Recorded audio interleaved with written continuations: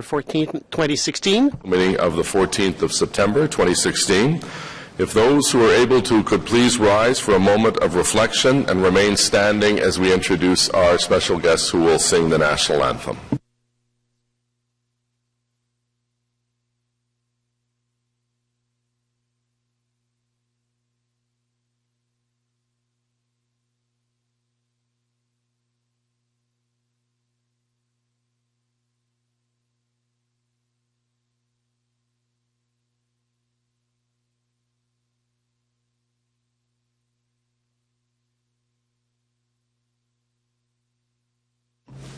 You could remain standing. We'll ask our colleague Eli El-Shantiri to introduce some very special guests who are here to sing our national anthem.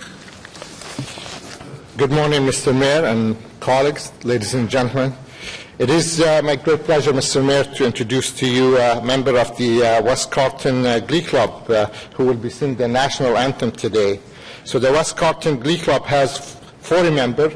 We didn't bring them all this morning, Mr. Mayor. We only brought 25 of them. And it is directed under the teacher, also resident of Kinburn, Jennifer Britton. Jennifer had to leave home 6 o'clock this morning to get at City Hall on time. Members of the Glee Club are children from grade 1 to grade 8. Students meet once a week to practice different songs leading up to the final concert. So today they're going to sing to us the national anthem, and I'm looking forward to hear from them, Mr. Mayor. They're great children, and I think a few of them even from Stittsville here with us this morning. So I'll turn it over to Ms. Britton.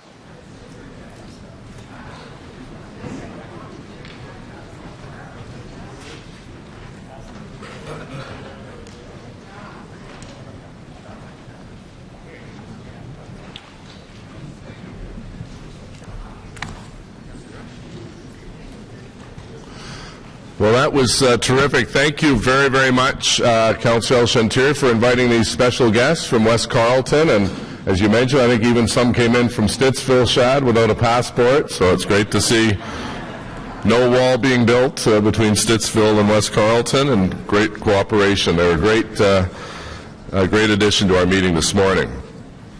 At this time, I'd like to welcome a special guest who is going to receive the Mayor's City Builder Award. Reverend Joseph Kiria would come forward at this point. He has many family and friends here from his ministry, along with his counselor, Keith Eglai. J'invite aussi son conseiller. I would like to invite his counselor, Keith Eglai, to join us today. For being here, and thank you for coming with so many friends and family who are here to support and congratulate you.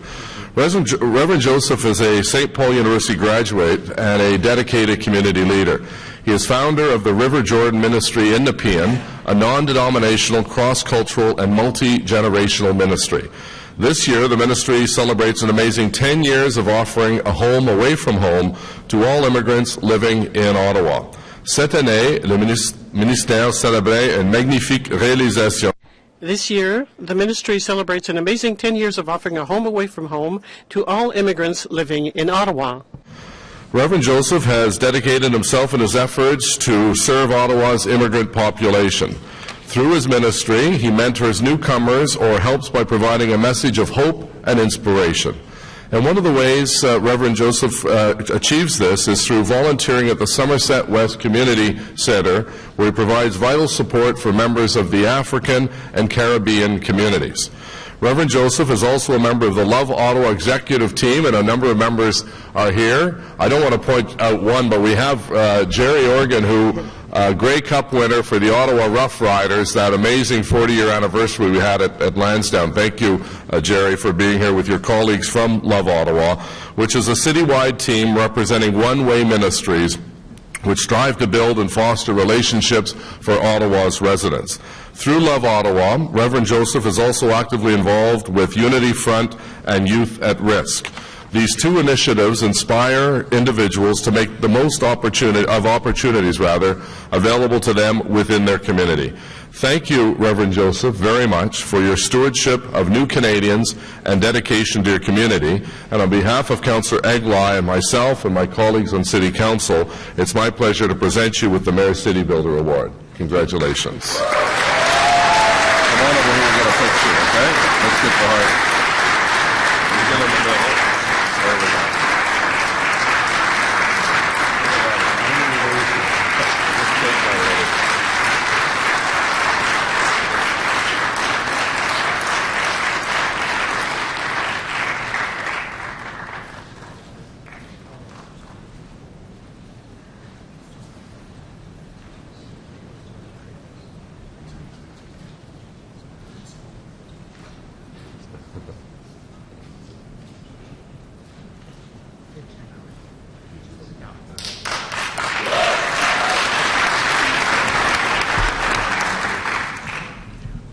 Thank you so much, Mayor Jim Watson, City Councillors, for this award.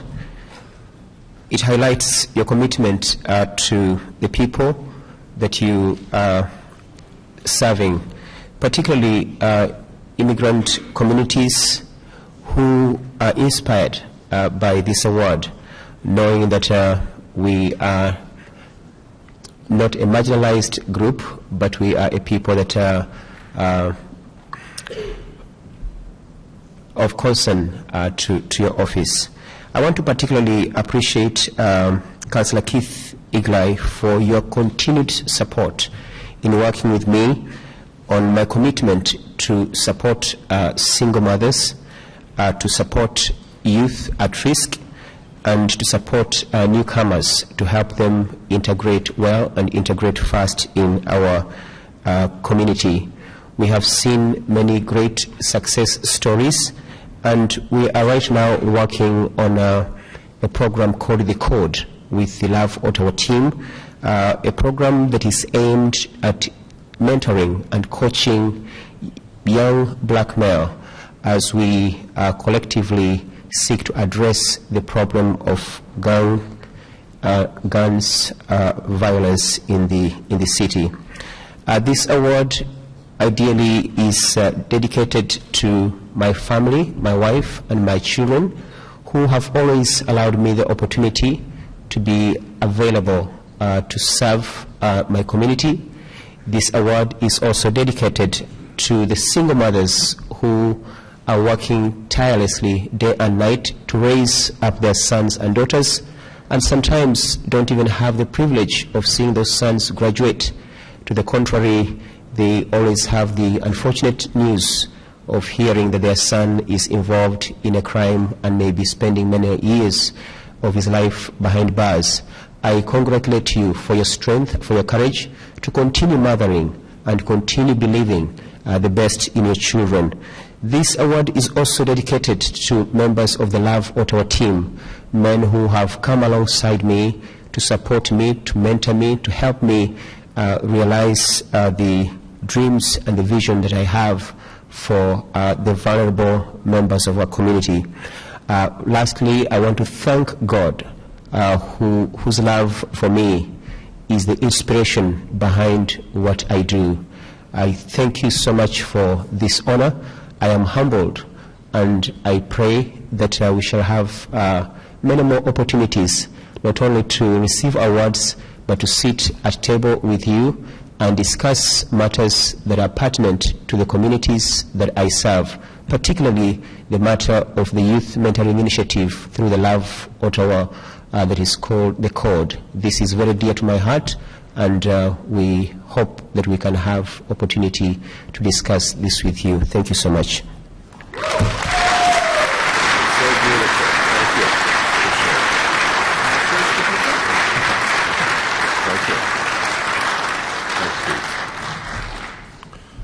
Thank you very much, Reverend Joseph and Councillor Eglai, and members of your congregation and family.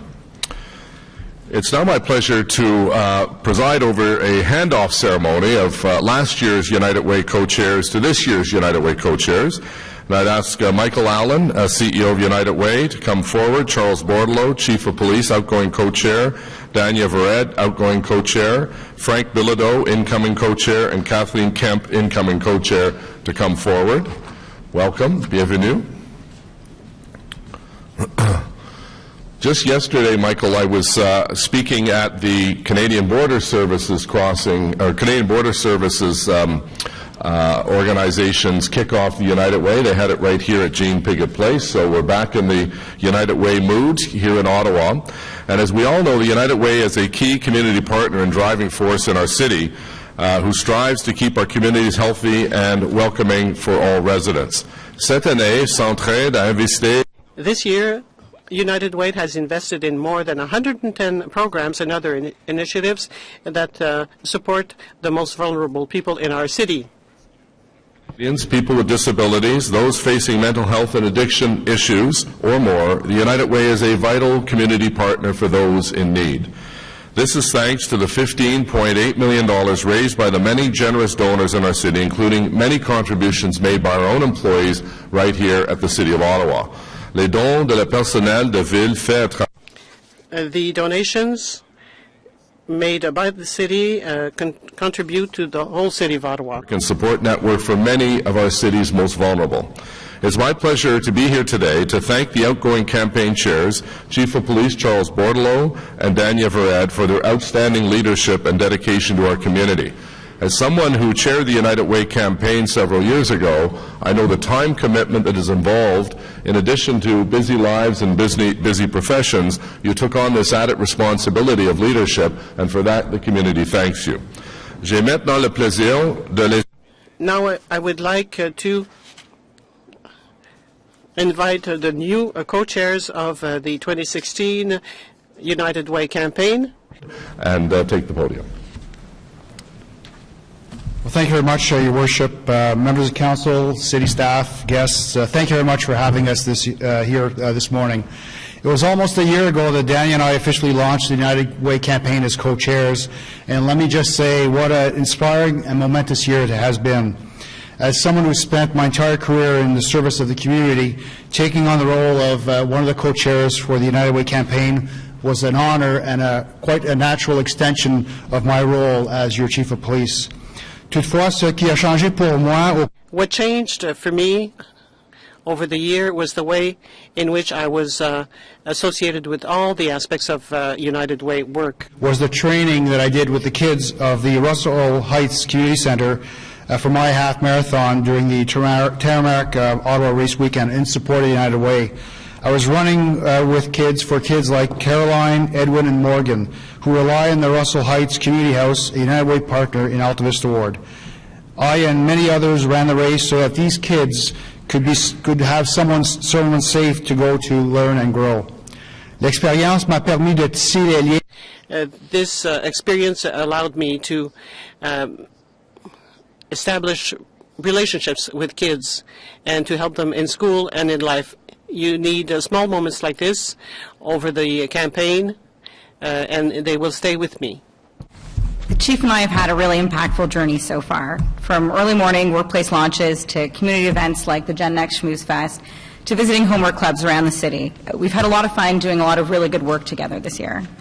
This experience has certainly shown me the need that exists here in our city, and also the dedication, compassion, and commitment that exists among those who want to help make our neighborhoods and our communities stronger together. From ward to ward, the work of United Way can be seen in every corner of the community.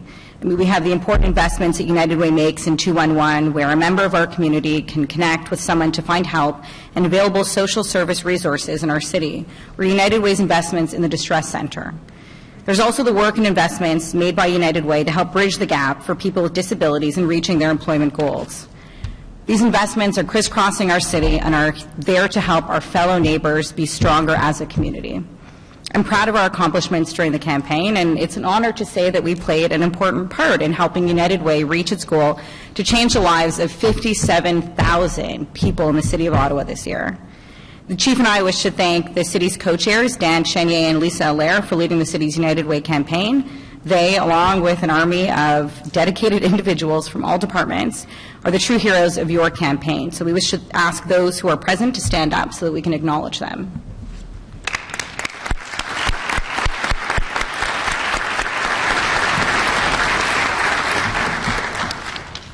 So now it's the time for us to pass on the torch. The two people that are taking our place are amazing people who have contributed so much to our community already.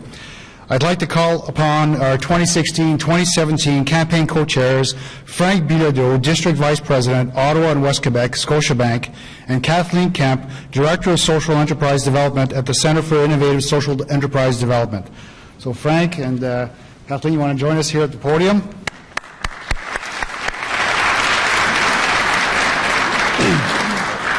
So as a symbolic gesture, Daniel and I would like to present to you, it's a map of the city, and it's something to remind you how large the city is, and to the thousands of people that you will reach out and touch through the help of United Way in the next year's campaign. So here you go, and congratulations.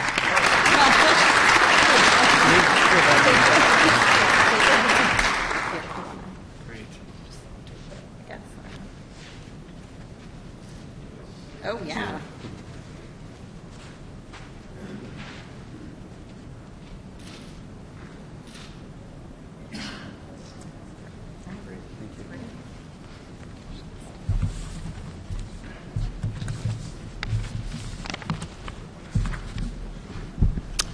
Alors, je vous remercie, Daniel.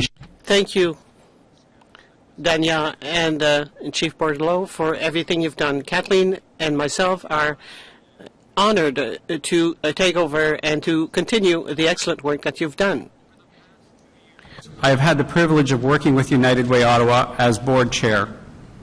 As such, I've had a tremendous opportunity to work with wonderful and dedicated volunteers, including representatives from the City of Ottawa, Councillors Mark Taylor and Mathieu Fleury.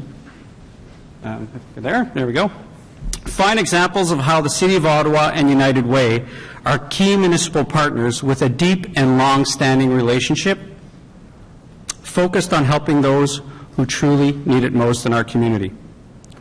Je m'en voudrais de ne pas mentionner le... I would be remiss if I were not to underline the work of Scotiabank within United Way. The fact that the bank has allowed me to co-chair this campaign shows this renewed commitment. I am honored to represent my organization in this fashion. Alongside the extraordinary Kathleen Kemp. Together, I am confident that we will make this campaign a success.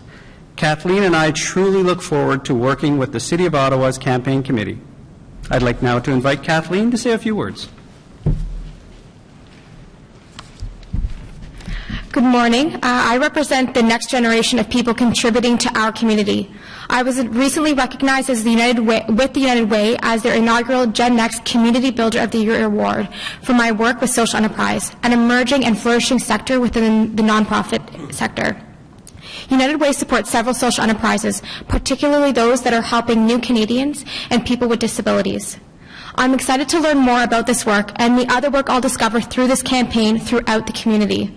I've had a vested interest in helping vulnerable people, and in particular, speaking out about mental health and empowering people within our greater community. It's for this reason I've been compelled to explore the possibilities of mixing business with social good, and it's what set me on the path that I'm on today. So I embrace the opportunity wholeheartedly, and I look forward to seeing everyone on September 29th at United Way's launch at the Aberdeen Pavilion. Thank you.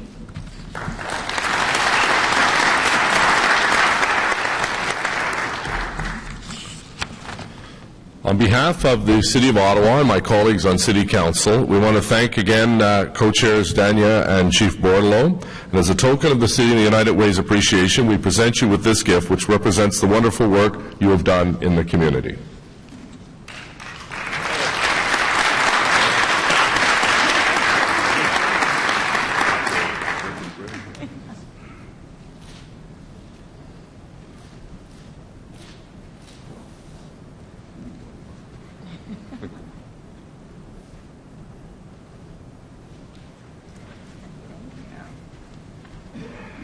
I'd also like to congratulate Frank and Kathleen. Michael Allen tells me Kathleen is the youngest co-chair in the history of the United Way campaign, and the previous youngest was this old guy named Matt Fleury over there.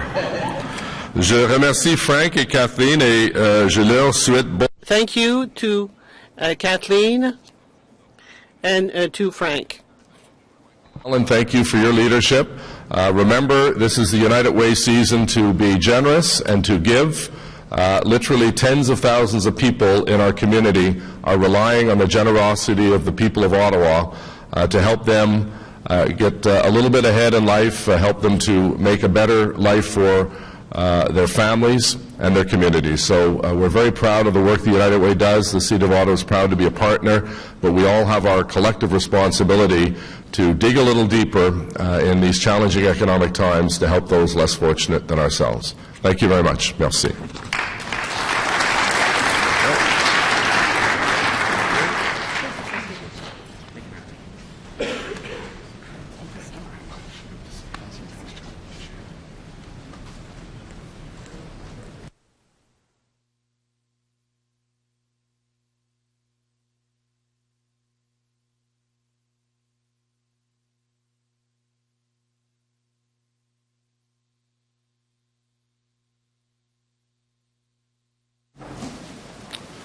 In July of this year, City Manager Steve Kanellakis presented a new organizational structure and senior leadership team. En juillet de cette année, le directeur municipal Steve Kanellakis a... July of this year, our City Director Steve Kanellakis presented a new senior management team. This structure has been unanimous.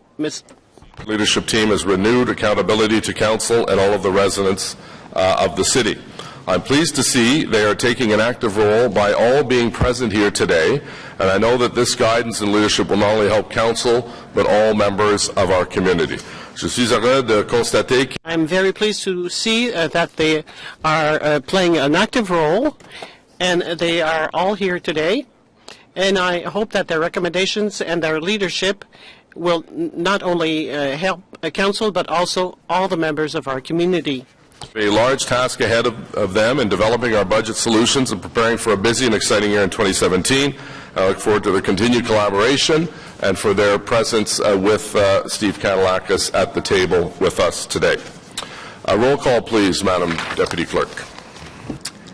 Conseiller Monette. Present. Conseiller Minnick. Present. Councillor Harder. Here.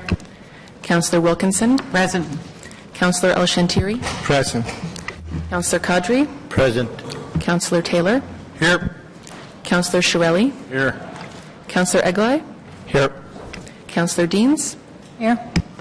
Councillor Tierney. Councillor Fleury. Si. Councillor Nussbaum. Here. Councillor McKenney. Present. Councillor Leeper. Here. Councillor Brockington. Here. Councillor Chernyshenko. Present. Conseiller Cloutier. Present. Conseiller Blais. Here. Councillor DeRose. Here. Councillor Moffat. Here. Councillor Kakish. Present. Councillor Hubley. Here. Mayor Watson. Here. Le quorum est atteint, Monsieur le Maire. Merci. You have quorum. Verbo confirmation of minutes for the regular meeting of the 31st of August 2016. Carried. Declaration of interest, including those originally arising from prior meetings. Déclaration de conflit d'intérêt. None. Communications as presented. Regrets. Councillor Tierney has informed me that he will be away today on city business representing the city at the Federation of Canadian Municipalities. Motion to introduce reports. Motion portant présentation de rapport. Councillor Middick, seconded by Councillor Cloutier, please. Thank you, Mayor. That the Agricultural and Rural Affairs Committee Report 19 Alpha, Finance and Economic Development Committee Report 17, and the Transportation Committee Report 17 be received and considered, and that pursuant to subsection 35 of Procedure Bylaw 2014-441, Council receive and consider Planning Committee Report 31. On the motion, carried. Thank you.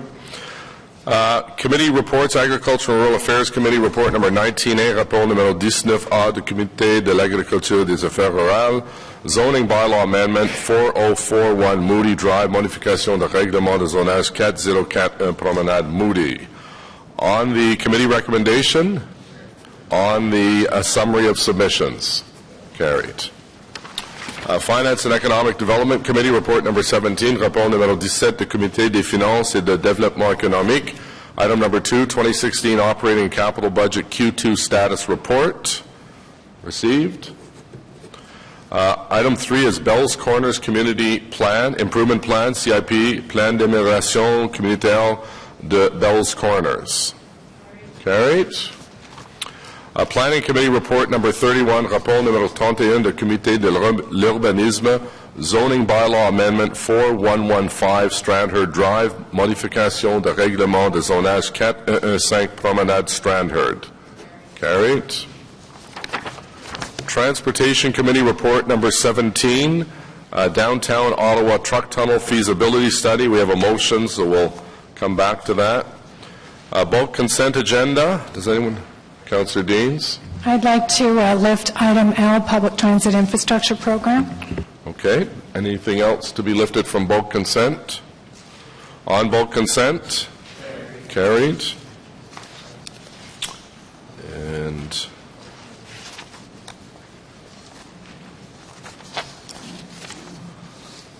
all right, so we'll go back to our first item,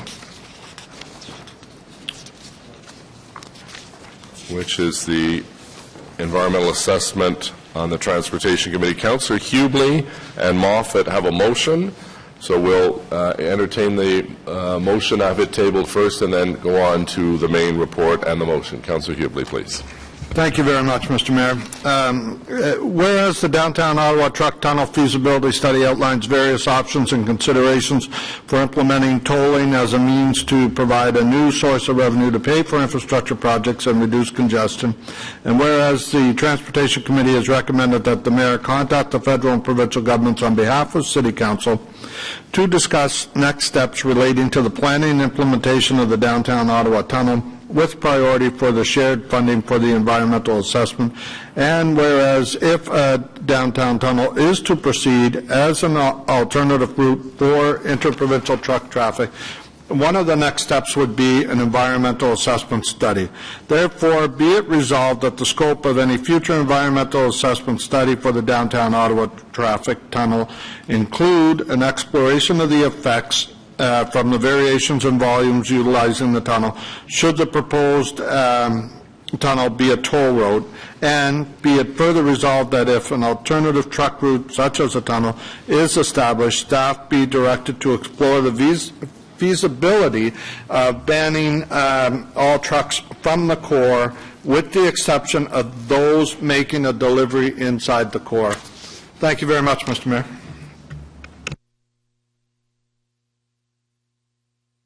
Okay, thank you, Councillor Hubley, and that's seconded by Councillor Moffat. Appreciate that. So on the debate on either the motion or the main report, Councillor Nussbaum, please. Thank you, Mr. Mayor. I just wanted to make a brief comment on the main item, and then I'll just have a brief comment on the motion as well.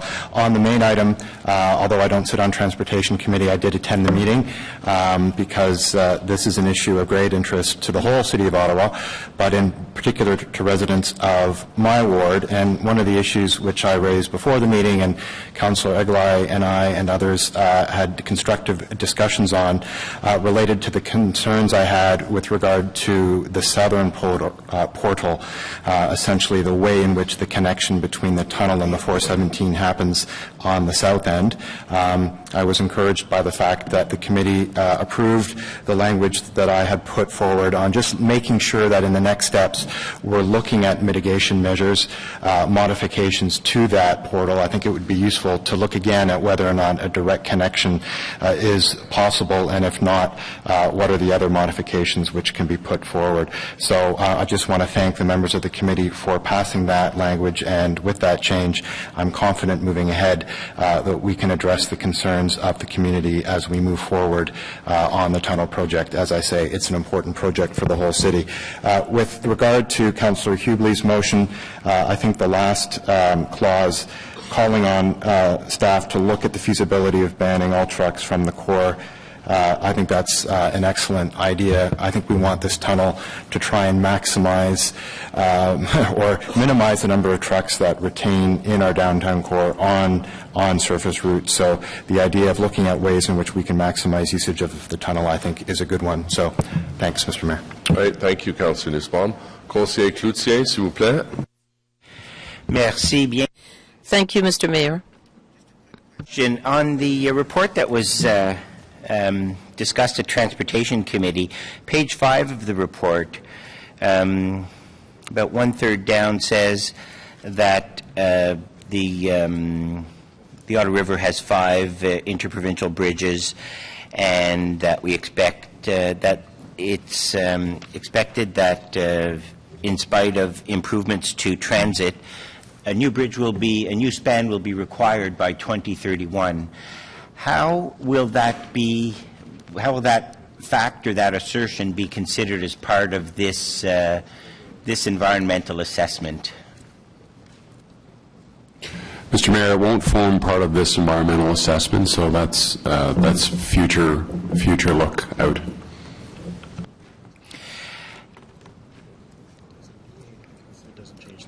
Yeah. So the EA that is anticipated, will it be looking at?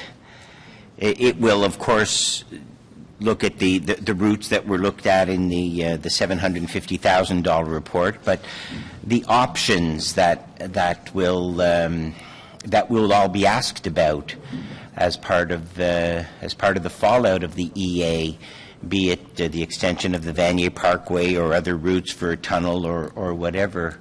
How will that be considered?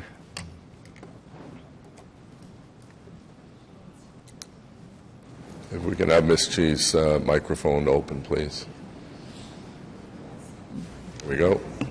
Yeah, you're there. Don't. Okay. Oh, there we go. Mr. Mayor, the EA that is being envisioned here as the next steps is purely focused on the downtown traffic tunnel. The issue of other crossings, again, that would be a federal issue for them to address, because interprovincial crossings over rivers are a federal under federal mandate. So that would be a separate discussion. In the past, for example, the question of the Kettle Island crossing that was taken off the table in 2013, the federal government, both the Gouvernement du Québec and the provincial government were involved, the City of Ottawa, the City of Gatineau, the federal government, the NCC. What would be the way forward? Because the report does in fact say a new span will be required by 2031. Do you agree with that? Is that still correct? Is that still the position of... Just don't touch it. There you go. There we go. That section of the report is referencing clauses in the official plan and transportation master plan, not specific to the feasibility study. It's just the background information. So do we believe that the volume of truck traffic passing through Ottawa, do we believe that despite higher levels of transit ridership, one or more new river crossings will be warranted by that time, and it's referring to that time, 2031? Is that, to your knowledge, is that correct? That is part of the work that we did in 2013 Transportation Master Plan. So this is an issue that would be also revisited when we do the next round of the Transportation Master Plan update, yes. And the next round is due in 2019? No, it will be. It would be 5 years in sync with the official plan. So that's the when the amendments are done or the appeals are done with the official plan, the clock starts. So we will be in step with the official plan. So that could be in 2020, 2021. Okay. So what would be? When would we start on an EA or the work on that? Because I think it might impact the necessity, the desirability, the financing of this proposed tunnel. Mr. Mayor, it's the EA of a new crossing. Is that the reference? That will have to be part of several steps we'd have to go through, confirm it, work with the federal government, the NCC, and the two provinces of ministries of transportation to pursue that if that is their priority.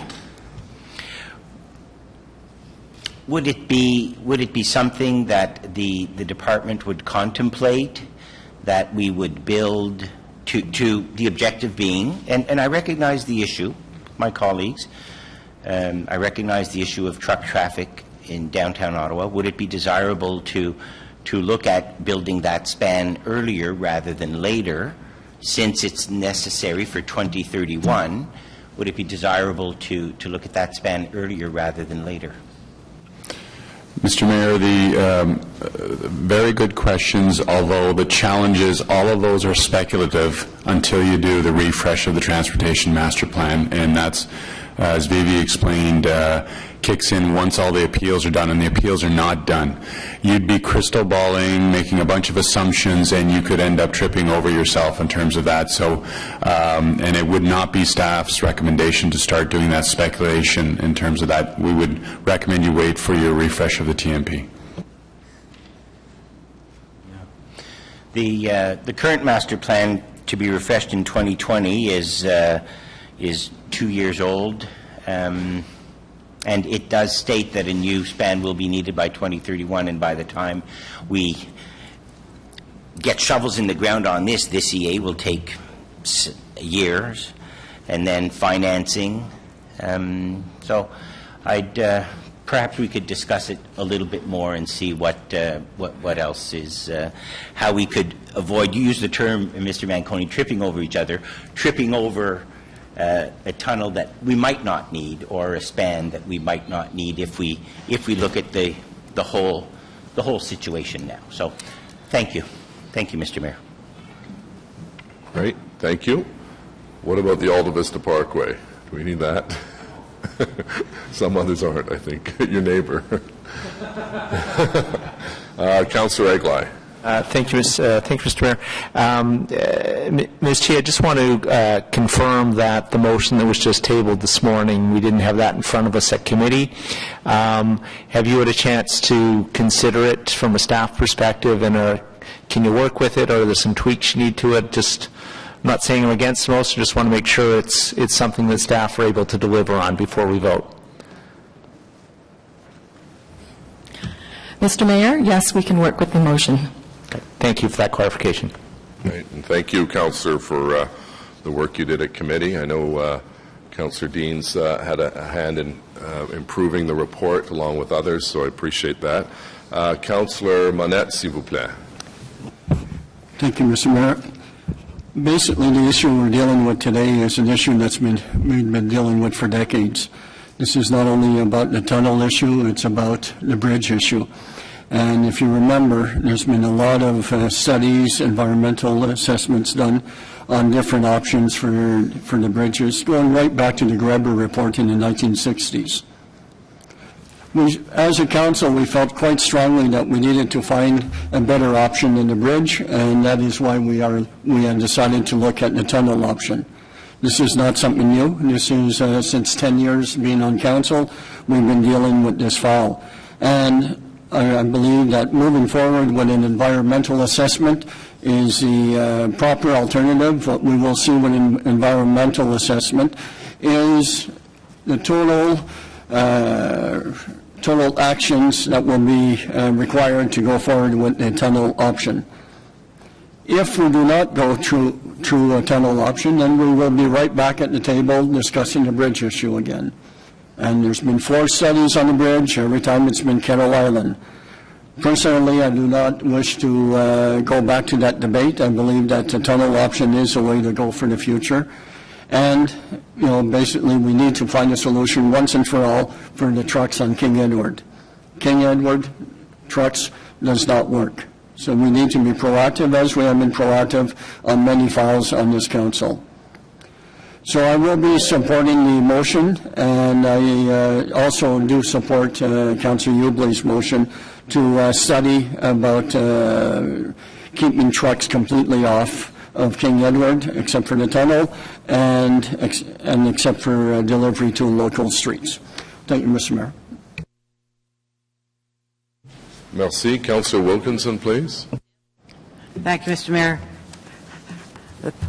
We've had this truck, as this is a sad problem, for a long time, and even if we do this study, I've been told it'll take about 4 years, and if you decide to build it then and had the money, it's going to be 8 to 10 years before you could ever get a tunnel built and operational. So we still have the truck problem, Mr. Mayor, and I think one of the things by doing this, I don't think we should shelve the problem of what we already have.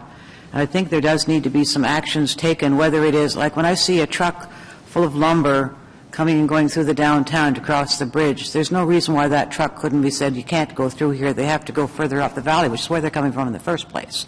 I think we should be taking a look at alternative ways of getting at least some of the truck traffic that is not designed for the urban area of Ottawa at all to cross at locations closer to where they're actually coming from, even though then they'll have to go on a road that isn't quite as nice as going through Ontario. That's their problem, not ours, and we do have to do something, because otherwise this problem is only going to get worse. The city is growing, so there are going to be more trucks and more things, and over the next 10 years, I don't think it's fair to have that problem staying there. So I don't know whether this could something. I'm just going to make it as a suggestion that be looked into in the future, Mr. Mayor. That way, I think we should do a study of alternatives that could reduce the existing truck traffic that's going through that area now, while we're doing this study and determining whether we can go ahead with it in the future, because that depends on funding. And I've been told this does not interfere with existing priorities such as the LRT program, which would be going, because the program is for it eventually to go to Canadian Tire Place. But there isn't unlimited amounts of money for all of these programs. And it's going to be difficult for future councils, I think, to, as well as now, to deal with all of this. What we've done so far, when we improved King Edward a little bit, it made it a little bit easier on King Edward, but getting to King Edward is not very great, and it's still a very dangerous situation on King Edward. And to live with that for the 8 to 10 years and to take no actions at all is not smart. There are some other bridges that could be used for some of the truck traffic. There are alternatives up the valley or down the valley, and I would like to see some of that work going on in the future. So just raising this as a point, because I don't want to say we solved the problem because we're looking into a tunnel. We haven't solved the problem. It's still there. Thank you. Thank you, Councillor Wilkinson. Councillor DeRose, please.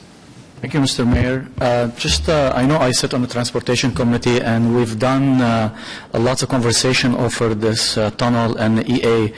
And I just want to also echo my colleagues, Councillor Monette, and your leadership on this. At least let's move on and do something. And I understand the environmental study is going to cost us some money.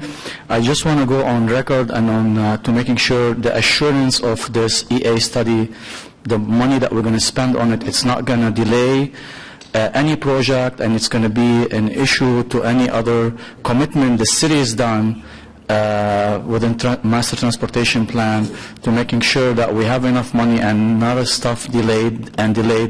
As we know, already we have delay on MTP, and I just want to make sure that there is an assurance that this money is going to be not reflecting or delaying any project.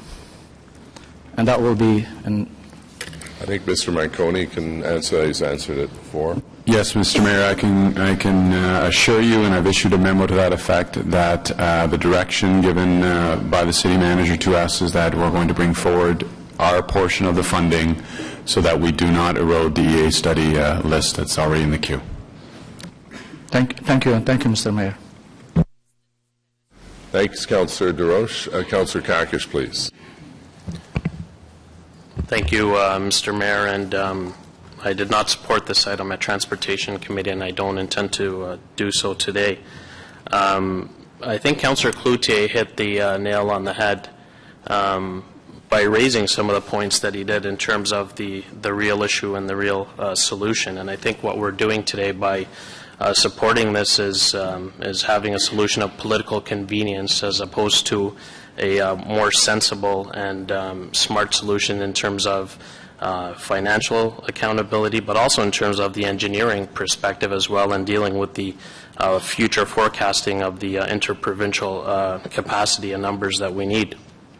So there's risk anytime we do dig in, and Sandy Hill is called Sandy Hill for a reason, and there's risks with moving forward with a complicated plan, and for half the cost we can get an interprovincial bridge that will deal with the traffic problem, with the truck problem downtown, and would deal with the future forecasting and capacity issues that we have on the existing bridges, but we'll also have the benefit of pathway cycling and pedestrian connectivity as well. So for half that cost, we can do something that's more sensible, that's more feasible from an engineering perspective, rather than do what is politically convenient. And there's an opportunity to do that with new representatives at the provincial and federal levels in Vanier. So, I'd like to usually be a team player, but I just can't support this. It's just not the sensible and right thing to do, so I'll be dissenting on this item. Thank you, Councillor. Councillor Brockington, please. Thank you, Your Worship, and good morning to everyone. Can I just be reminded what the stale date is of an environmental assessment once it's been approved by the ministry? How many years do you have to commence your project before an EA is required again? Mr. Mayor, these types of EAs have a shelf life of 10 years, but it does not mean that in the 10th year you have to, or the 11th year, you have to redo the EA. We would do a review to make sure that the assumptions and any other policy changes are still valid as part of the original EA. So for the bridge project that you're saying may need to be done by 2031, if that 10-year timeline has expired and no work had yet been started by the city, you would have to do that refresher exercise. Is that correct? For any EA, yes. Okay. So if the city fails to secure funding for the EA from the other levels of government, is this EA then dead? Well, let me just comment on that, because obviously it's predicated on a third, and if one of the partners or both of the partners don't come forward, we don't have the money to do it. So it's either finding the money somewhere else and doing it 100%, which I fundamentally disagree with. I think this is such a big project, and I'll speak to it in my closing comments, that we need all three partners at the table. Okay. So a question that Councillor Cloutier asked concerns me a bit, because it was always my understanding that an environmental assessment also weighed other options, that through the environmental process you basically have to prove that what is being proposed is the best option. And the environmental assessment just doesn't just look at the environmental impact, but that other potentially viable options are going to be considered. And through that A, you bleed or you hammer out all those options. But I heard today that's not the case. So could you just clarify that, please? Mr. Mayor, the EA, through the EA Act, we define the scope of it. and then you look at the options based on the problem that's identified.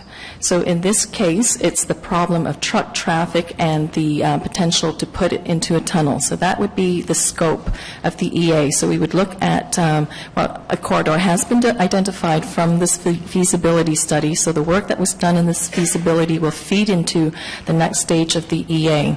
Whereas for the bridge study, that was defined, the problem was a new interprovincial crossings, and that was defined by the province and the federal governments. So they looked at options across the city, crossing the Ottawa River. There were 10 corridors that were examined. So we can scope our EA to address an issue. And that's, for this particular EA, it's about the tunnel through the downtown.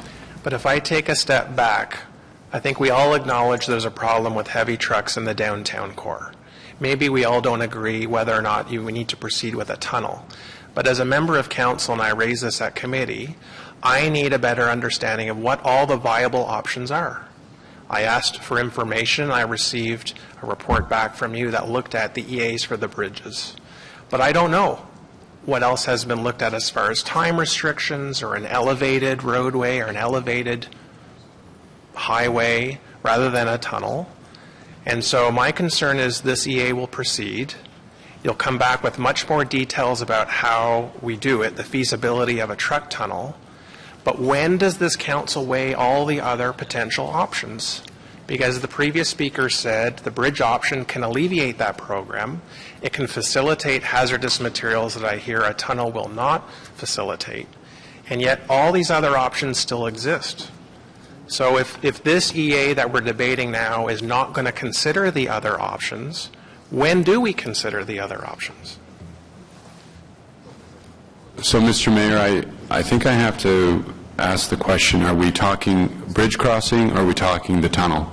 The report before you deals with the truck tunnel, and it listed all the options that Ms. Chi and the experts walked through, and we're happy to follow up in terms of sub-assumptions within those assumptions. But this is my response earlier on, is I think we're mixing a river crossing with a truck tunnel. So if we want to talk bridge crossings, that's not what this report is about. This is about the mandate that we're given in terms of look at the truck tunnel feasibility, and we followed all the rules of the environmental assessment. And we can certainly debrief you on all the details that, even further than what's in the report. But I can assure you that the environmental assessment process, or the study process, was followed through as required by Ms. Chi and the professionals that we hired. I understand that the scope of the EA that we're debating right now talks about a tunnel to alleviate the truck traffic. But what I'm saying is, if you take one step back, if you put yourself in my shoes, and from what I've heard from my constituents, the concern is they want to get handcuffed that when this EA is finished, council will have, in their opinion, a viable option, that the only solution possible will be to use that truck tunnel. Being a fairly new member of council, what I'm saying is I'm not aware of the pros and cons or the cost benefit of all the options that exist. And so before I put my support today in doing an EA for an underground truck tunnel, I'm not convinced that we've bled out other possibilities. And so that's why I can't support moving forward with an EA today on the truck tunnel, because there could very well be other options, and I believe the bridge is another viable option. But that doesn't mean I'm convinced that the bridge is, because I think there are other possibilities that still need to be discussed. So that's the dilemma that I'm having. So, if the EA goes forward, I'll support that as a member of council and study those results when they come out. But I still believe when that's done, council will still have an obligation to weigh other options before they make a final decision on what to do. Thank you.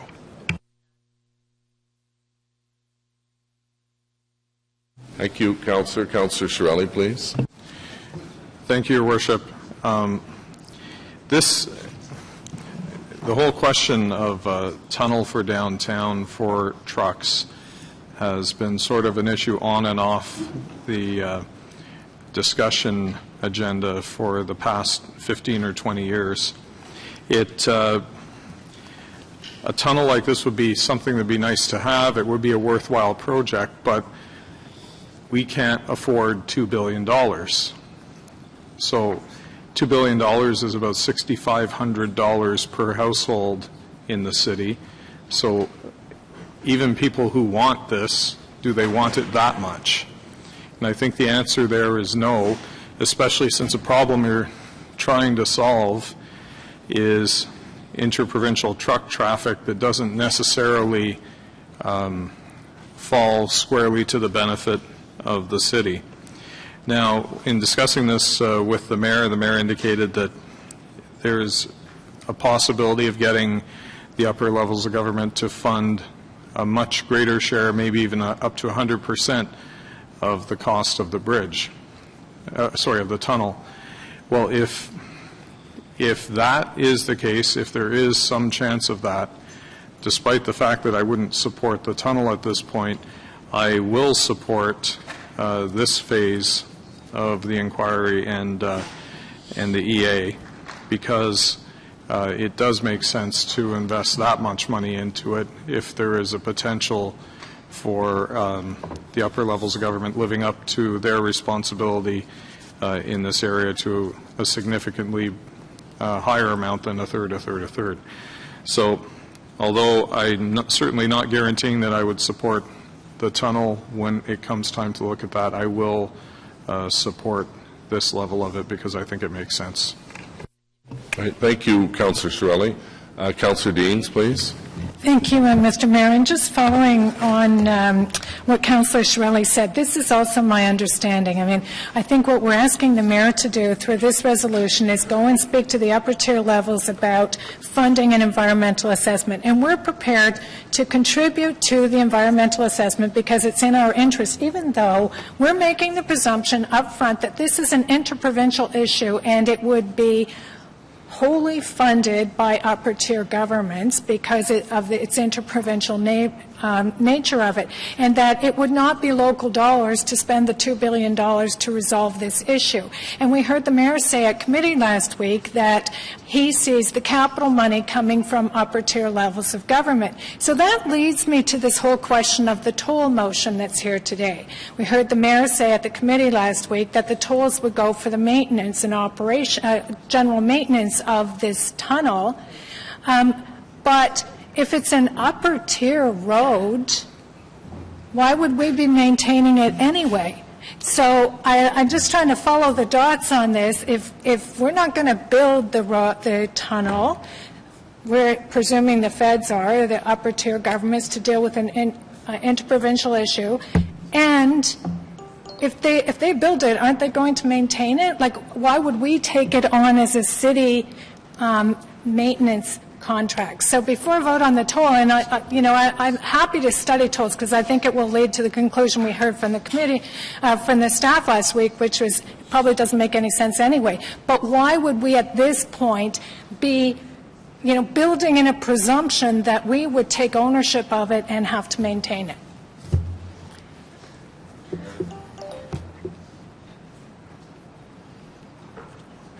Mr. Mayor, that's a good question. There's two streams to that. There's the what are you building, and then the how on the execution, both design, build, maintain, operate. What we're going to do is bring you the information so you go into that eyes wide open, and I am confident that there will be different options and scenarios that you're going to want to consider in all that, including the toll aspect of it. But why would we as a city be looking at that? Why would we right out of the gate say, we want to, are we agreeing with what the mayor said at committee, which was the tolls would be simply for the maintenance of it, or would you see the tolls as being consideration of the construction of it? I believe the motion directs us to look at the impacts of tolls, and that's what we want to bring to you. We'd bring you that information so, again, you can be informed and make the right decision. There are various scenarios you could consider under that. What the mayor acknowledged and said could be a good option, a viable option to pursue, and we'll bring all the scenarios forward for you. So you're at this point not making any presumption if we were to toll that road, if it would go for capital costs or operating costs? You have to go into it with all options out there, and there's no hard decision that's been made. That is one of the scenarios that we will certainly look at. Thank you. Great, thank you. Councillor Blais, please. Thanks very much. Can someone remind me where did we end up on the interprovincial bridge crossing? Like, at what stage was the study when the plug was pulled?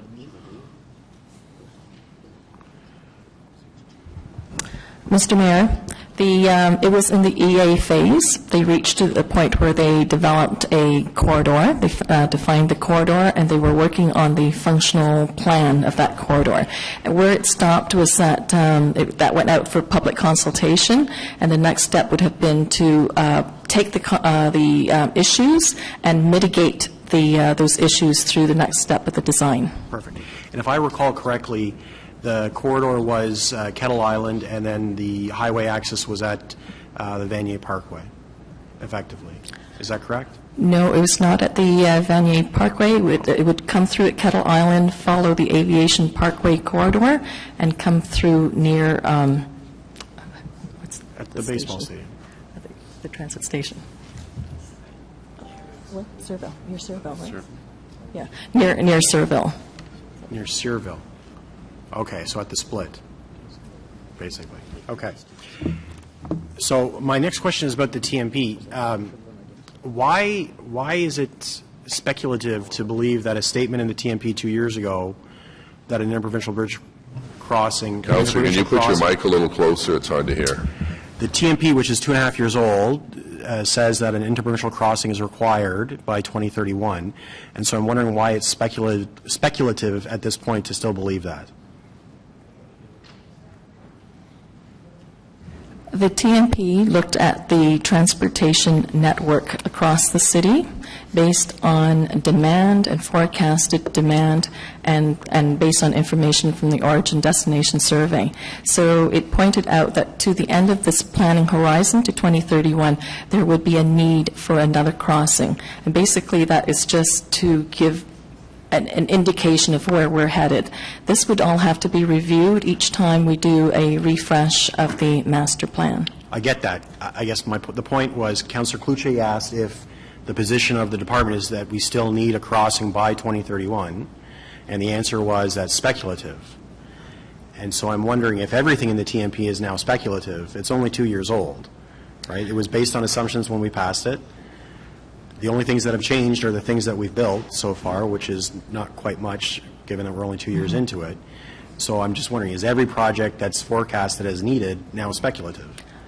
No, it's based on analysis, and it was over a 20-year time frame, so things are further out. Will need to be reviewed to see if that's still a consistent assumption. And this master plan is also an active, dynamic document. So we're taking in all sorts of input. The growth is a consideration. Where development's taking place is another consideration. So all this come into play. So I would not agree that it's all speculative in our transportation master plan. So just the need for an interprovincial crossing is speculative? I guess I'm trying to understand if what we said 2 years ago is still true or not, right? If 2 years ago we said we should be planning for, thinking of the need for an interprovincial crossing by 2031, which I agree is still quite a long way away, why is it now, only 2 years later, now speculative that we'll still need that? So everything that staff put in that report was the best information they had at the time, and it's a forward-looking document. I responded to that question from Councillor Cloutier, and there are a lot of variables in this bridge discussion, as you've heard over the many years. And for staff to sit here and say that that is 100% bankable, that you will need that, I cannot give you that assurance. So no, not everything in the TMP is speculative, and no, not everything in the TMP is up, but a lot of things happen over a decade or 15 years. And with respect to the bridge crossings, there's been a lot of dialogues, as you know, and for staff to sit here and say that that is an absolute right now with what we know, I cannot give you that guarantee. What's the feasibility study for that? Yeah, I guess I don't want to guarantee it. Just it makes me question then a project in our TMP that we say is needed for 2028, if that is now speculative because it's still so far away, even though it's in the affordable framework. Like, I guess it calls into question all of our longer term projects. Actually, it depends, because some are so obvious they're right in front of you and the data supports that decision. And some of them are, again, that point in time, what you had and what you shaped that plan for. So I think you would agree, Councillor, there's a bunch of projects in there that you don't need any further analysis, that they're there, they're needed, and it depends on, as Ms. Chi talked about, the data that feeds all those projects. Okay, I guess I appreciate the answer. I just think that the data saying that we need an interprovincial crossing has been the same data for almost 40 years now. So I think that's one of those no-brainers as well. Thank you, Mr. Mayor. Thank you, Councillor Blair. Councillor Harder. Thank you very much, Mr. Deputy Mayor.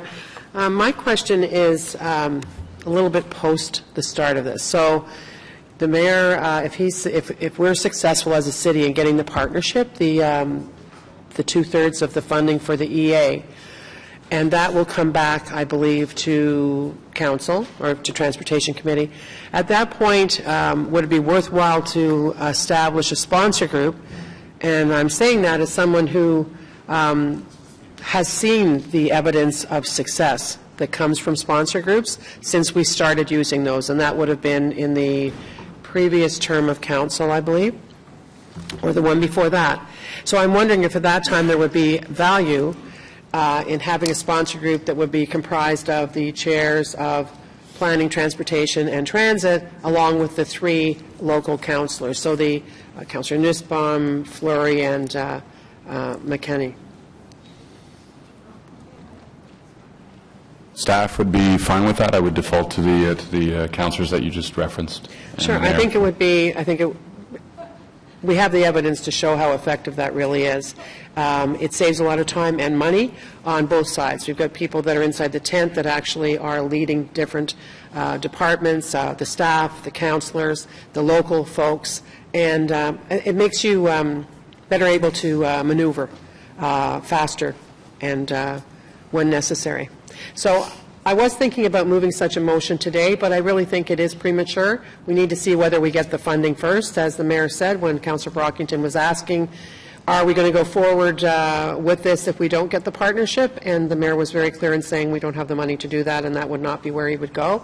So I am comfortable that once we do have the funding, that we will have that process, which has been proven very, very successful in all of our major policy pieces since actually the Transportation Master Plan, I think, is where it started, and the official plan, and the development charges. So thank you. Thank you, Councillor Harder. And the last speaker is Conseiller Fleury. Monsieur le Président. Thank you, Chair. I'd like to thank the members of Council who today are taking the opportunity to talk about this file and propose new ideas, and that want to commit to a solution. Really was great in terms of bringing issues to the table, bringing the different perspectives, but also recognizing how important and how much of an issue this is citywide. And I think, a lot of us have done the legwork to bring it as a term of council priority, and that was really to bring it to where we are today. Some are speaking of, what other options are on the table. I would share this, is that there's an overall frustration on behalf of the community and business community, on behalf of the resident, but also of the business community, that there's been 40 years of study for that corridor. There's been 14 bridges and 14 crossings that have been looked at. Those reports are available, but we could not get 5 levels of government to agree. We could not get 5 levels of government to agree, and that was why there was no proceeding on the bridge portion at Kettle Island. The province removed their support, and so did our support follow. So now we work closely. At the time we had 5 levels of government. Now we have 2. This is an Ottawa issue. It's an Ottawa solution too. We're working closely with the province on the feasibility study. I want to thank Vivian and her team on the report. I think it's really well thought through. The analysis was complete, and now we're in a position where the province isn't surprised by the findings. They're well aware of it. It brings us to the next step, which is the environmental assessment. Évidemment, au comité, on a amené une motion. In committee, obviously, we had the 3 components. Motion really addressed the overall theme for the next steps, which the first point, I'd like to summarize them by saying that the entrances of the tunnel off the McDonald-Cartier Bridge be looked at. Same thing with the Overbrook connection to minimize the impacts on community. The second point was really looking at the existing truck routes through downtown and what an infrastructure like that could mean in terms of further restrictions overall. And the third point was the March 28, 2011 report, specifically looking at the future of King Edward once that infrastructure is built. And again, I'm supportive of today's motion from Councillor Hubley. I would just speak of two elements of that, though. The toll portion is really much further than what we're asked to look at today. I personally believe that that infrastructure should be a provincial one. I believe that it is a provincial mandate to connect the 400 highways to an interprovincial crossing. I do see, though, that we need to take the lead in the EA and get the support of the three levels of government to get it going and really to advance or to not advance but to really look at the feasibility portion beyond the feasibility portion of this. This is a very important issue for our city. It's a chronic issue. I'd like to thank all the members of the community, the business community, and our colleagues have looked at this. Many members are saying, or some members are saying, oh, we should look at other alternatives and blah, blah, blah. Look, the 14 crossings have been looked at for years. Those reports are available. I've only been on the file 6 years. I've only been elected 6 years, and I can show you the layers of documents that I've been privy to on the matter. Quite happy that the feasibility of the tunnel is in front of us today and really looking forward to the next steps. And for those of you who are unsure about this tunnel as an option, I invite you, come with me. We'll stand at the corner of King Edward and Rideau any time of the day, any time of the night, any weekday, any weekend, and you'll see the issue that it has on our city. Alors, je vous remercie les membres du Conseil. So thank you to all members of council for your support today. I think that'll give us the necessary ammunition to see our provincial counterparts. And then we can see what the various components that are necessary, the funding, and also toxic material or dangerous material transported by trucks. Thank you.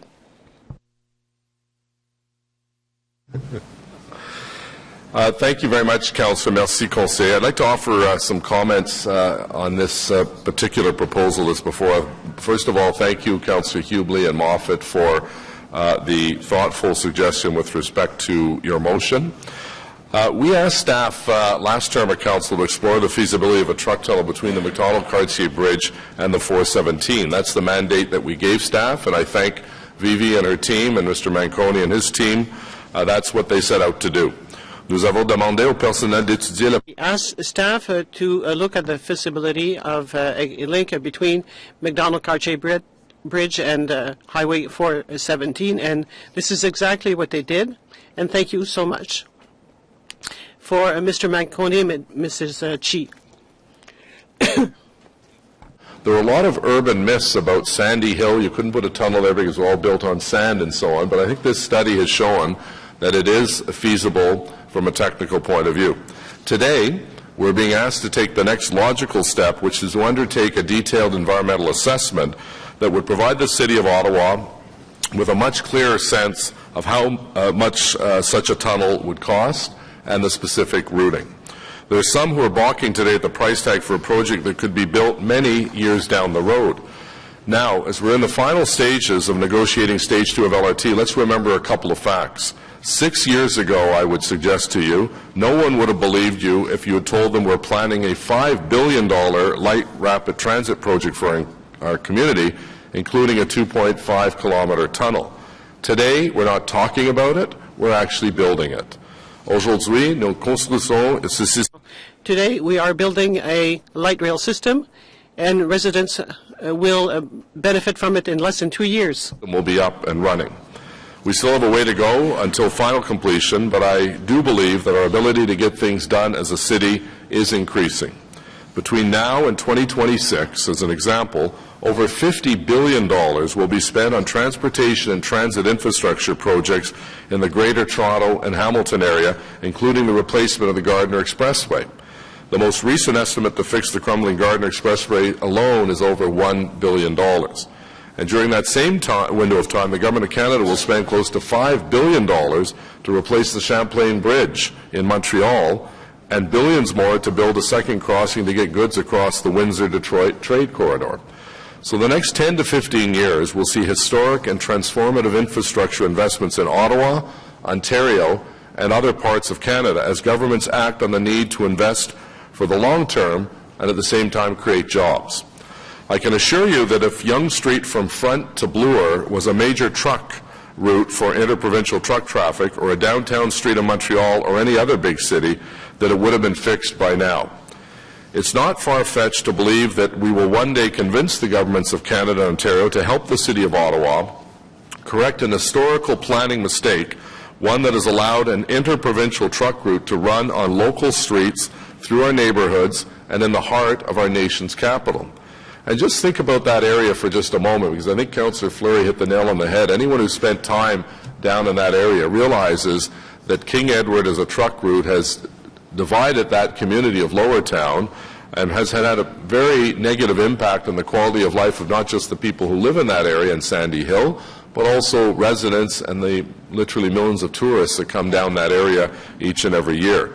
And so while we have the private sector like Rideau Centre investing $340 million to improve their property, tens of millions of dollars of tax dollars from the city invested in revitalizing and renewing Rideau Street, 2 LRT stations in that area, the Ottawa Art Gallery expansion, the new Germain Hotel and condos, even the Shaw Centre.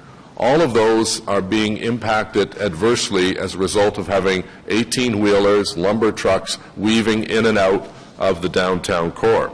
I, for one, believe that we can correct this mistake of the past, because I asked those who are opposed to this EA request, and remember, this is just the EA request, what's your alternative?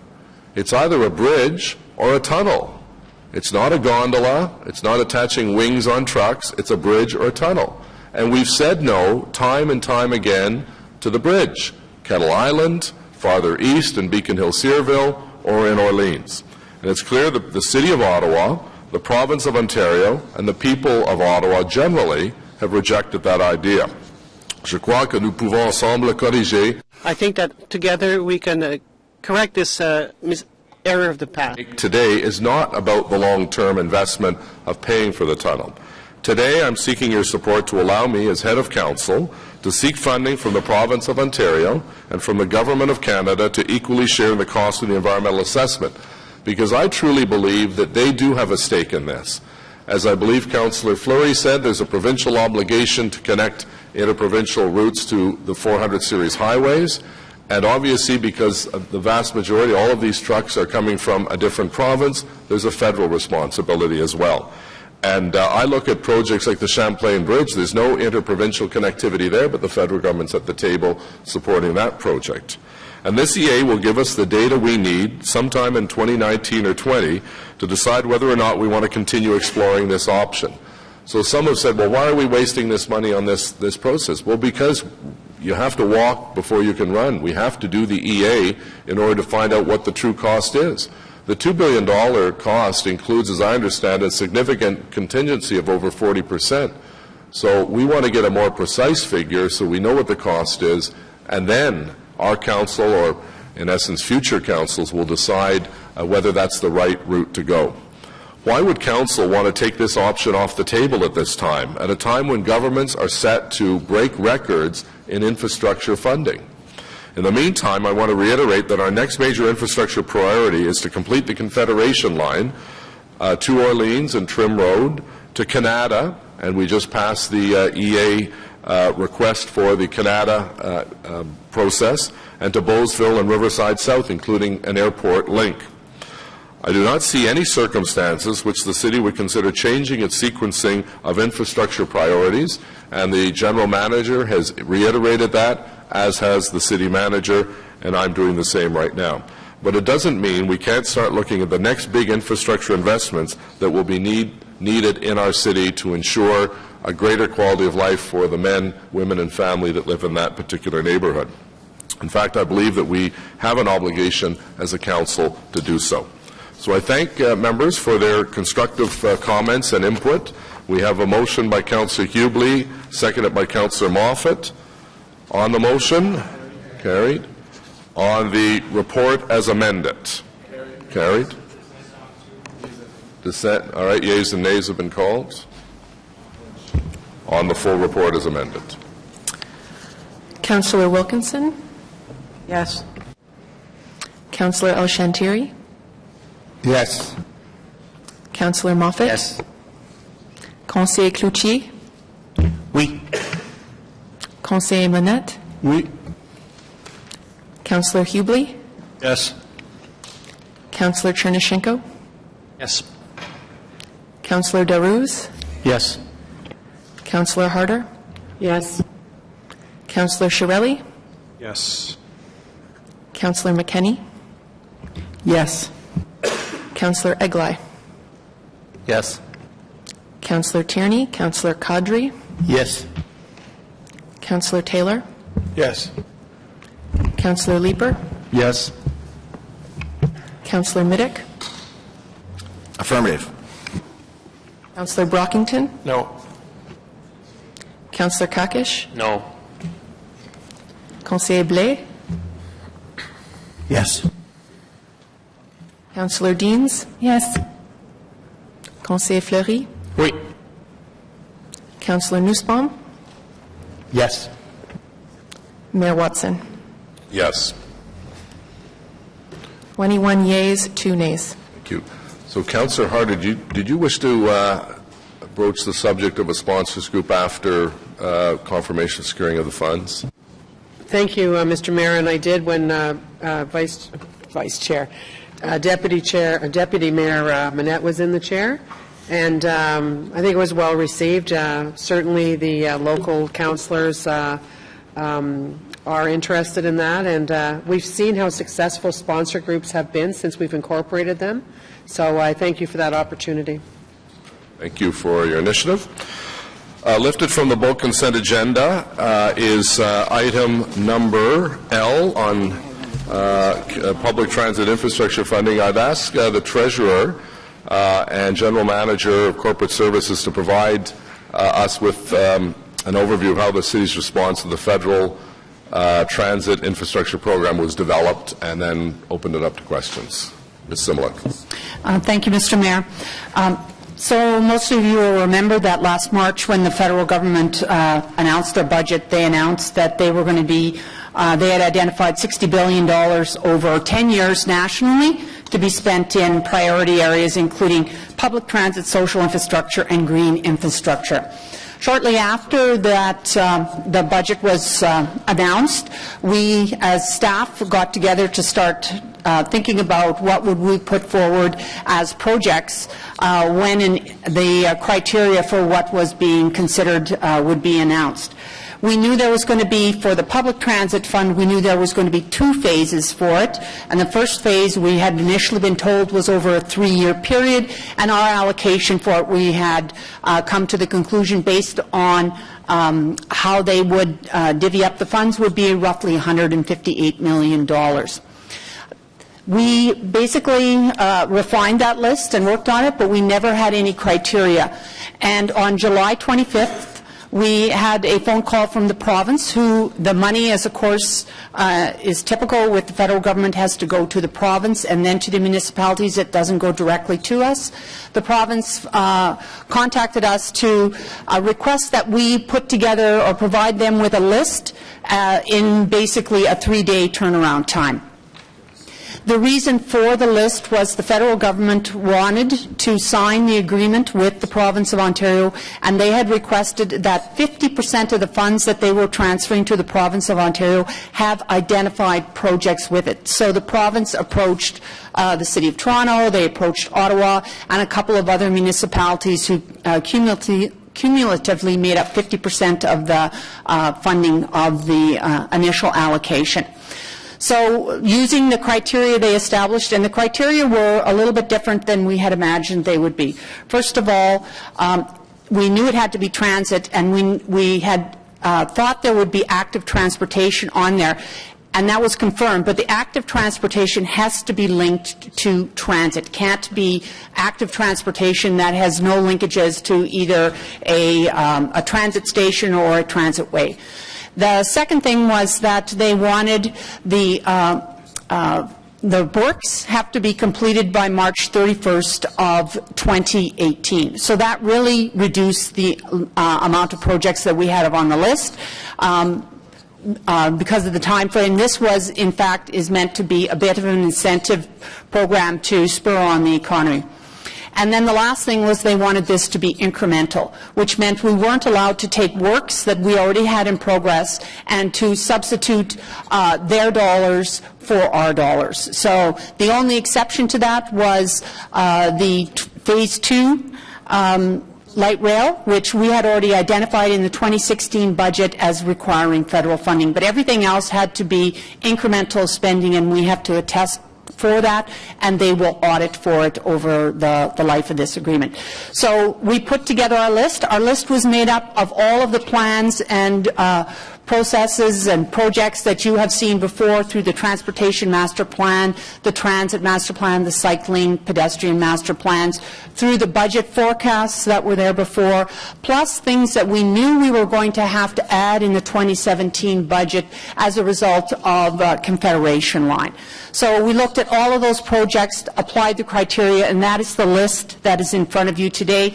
Our allocation from the federal government is $155.9 million, and that's what this list represents. The Minister of Infrastructure, Minister Sohi, has signed off on this list. So if there are substitutions, we will have to go back and ask for those. They are now in the process of asking all the other 161 municipalities who are receiving money to submit their project lists. So I think if we go back at this point in time and ask for substitutions, our getting a contribution agreement with them will be delayed. We were hoping that we would be out of the gate first in terms of having a contribution agreement, as we've got a defined list already, but that is in Council's hands. Thank you, Mr. Mayor.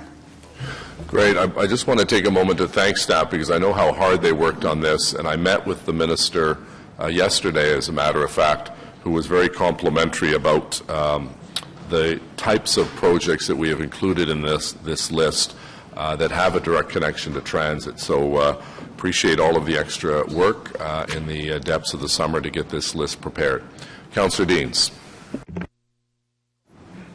Thank you, Mr. Mayor. And let me just start by expressing how very beneficial I think it is to have upper-tier governments who are actually willing to participate in funding public infrastructure. And so my goal in lifting this item today is not to hold up the process or to any way impede it. Obviously, we're not going to look a gift horse in the mouth. We're very happy to have partners that are willing to fund that. But having said that, and I understand that there was a very tight turnaround, there is not a lot of information here that even informs me now what exactly we're doing and where these funds are coming from, where they're going, and how it affects our current budget. So I do have a lot of questions, both about the process and also about the content. So just starting with process, I know you said it was a 3-day turnaround, but did it ever occur to you that we all have email and that you could have at least sent a list and said, we have a tight turnaround, we've been given this money, we're compiling a list, is there anything you want us to look at?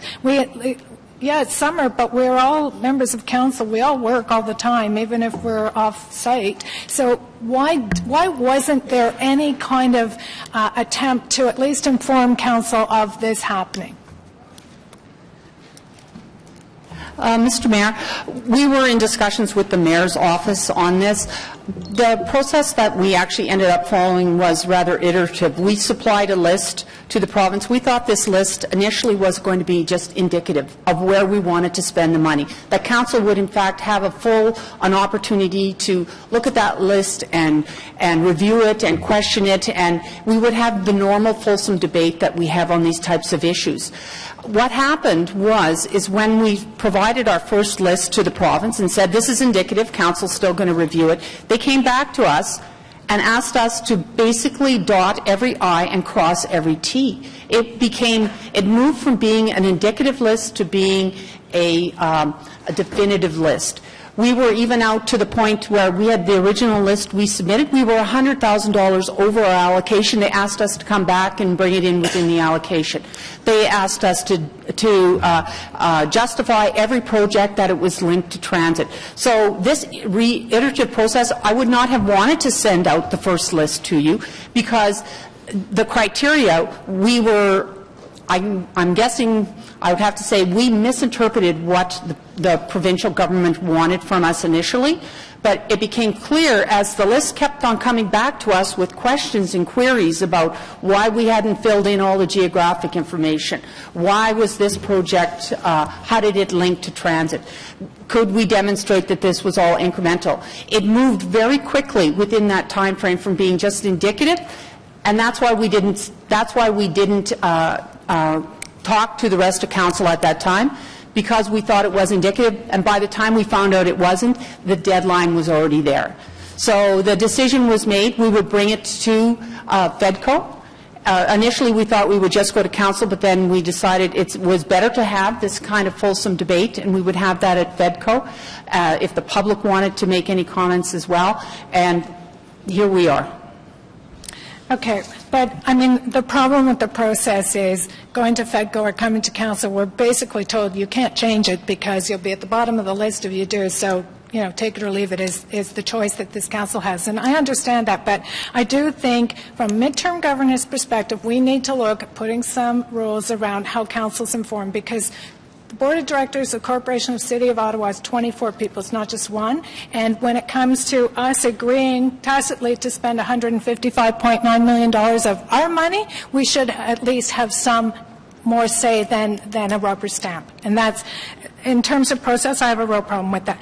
But let's move on. I did send some questions to Mr. Moser. I appreciate getting the answers to those, but in some ways it's still not very informative. I was, for example, asking about the details of funding envelopes that are included in here, and one of them was about the multi-use pathway renewal program. It's $5 million in total, and I was just asking a simple question, will the Greenboro Pathway System in my ward be included in that? The answer was, we don't know yet, because we haven't finalized those lists. So my question is, will council, at least at that level, have the opportunity to input into the projects on those lists?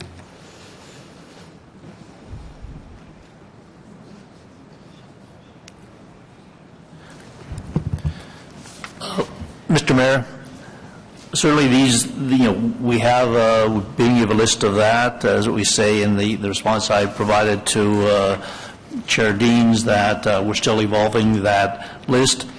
Most of it, I think, would be covered off in the budget that's coming forward. It's coming very quickly in terms of the budget process. So I think I know we'll be identifying those projects in there, but we can certainly put a call out to councillors if they would like to meet and discuss it. We're prepared to do that. Okay, I very much think councillors would like to have some say in those line items. So if you could make that happen, that would be great. I also want to ask a question about the money identified for Phase 2. And part of it is the money for preliminary engineering work, $90 million. So I recall at FEDCO, we approved a sole-sourced contract for Phase 2 LRT in the amount of $60 million, sourced to the RTG group. So now there's $90 million for Phase 2 engineering, so How does that square? We approved 60. Why do we need 90? And where's that 60 million we already approved? Is this money backstopping the money we've already approved?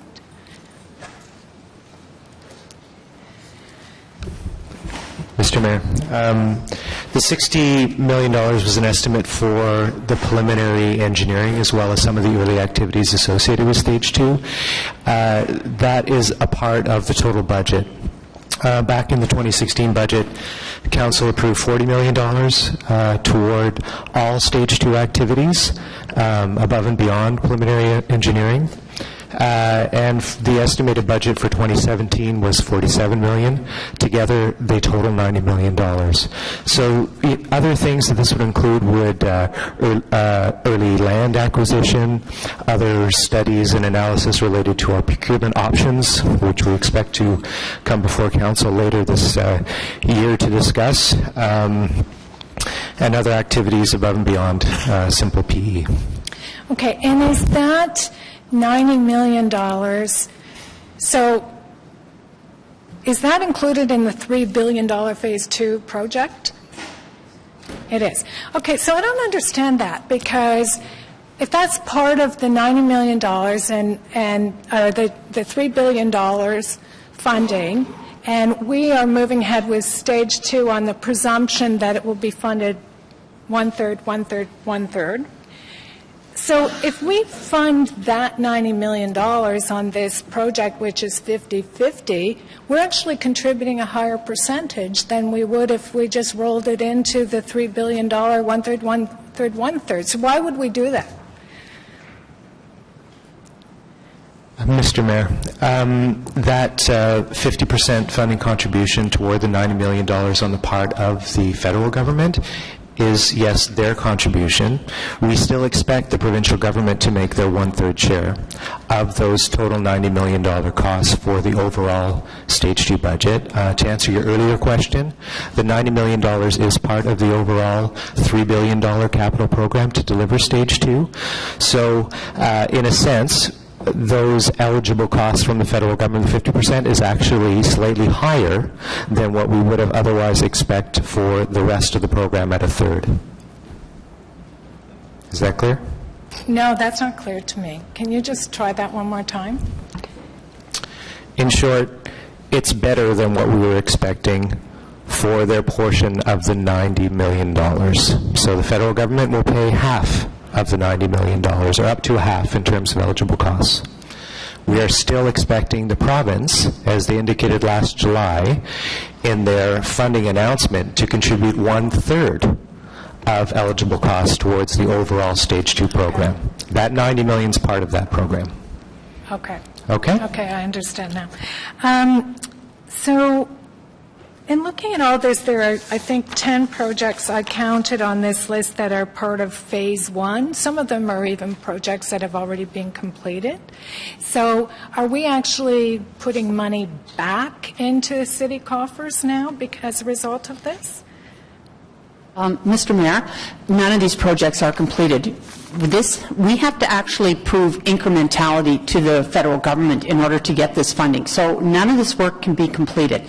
I think you might be referring to the Tunney's bus loop. You're thinking that's completed, and my understanding is that the project we've put forward is additional work there. It's not the interim work that's already been completed.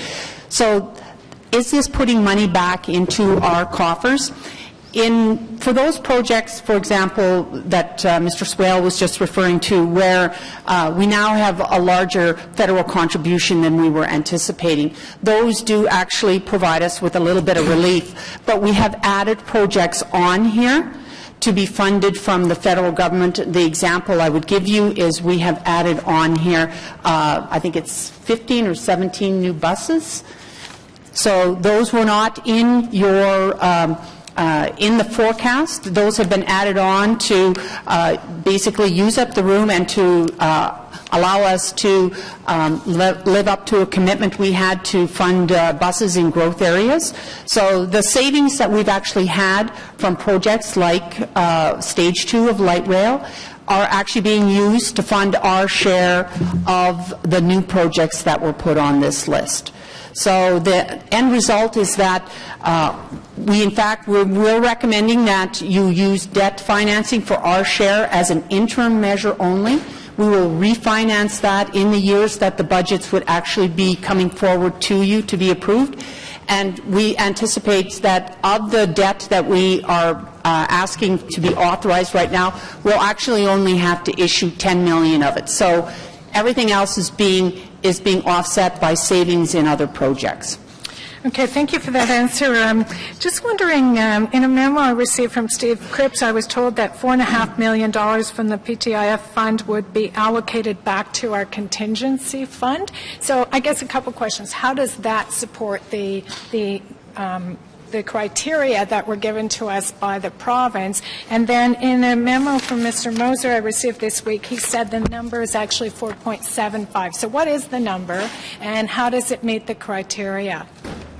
The number would be the 4.75 for the contingency. And what we had done is, because there's a number of works that have to be advanced in light rail in stage 1 that we didn't have.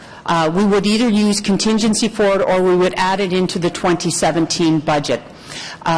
These works, the contingency fund was actually being used almost as a bit of a loan. We would use the money from there temporarily to allow the works to advance.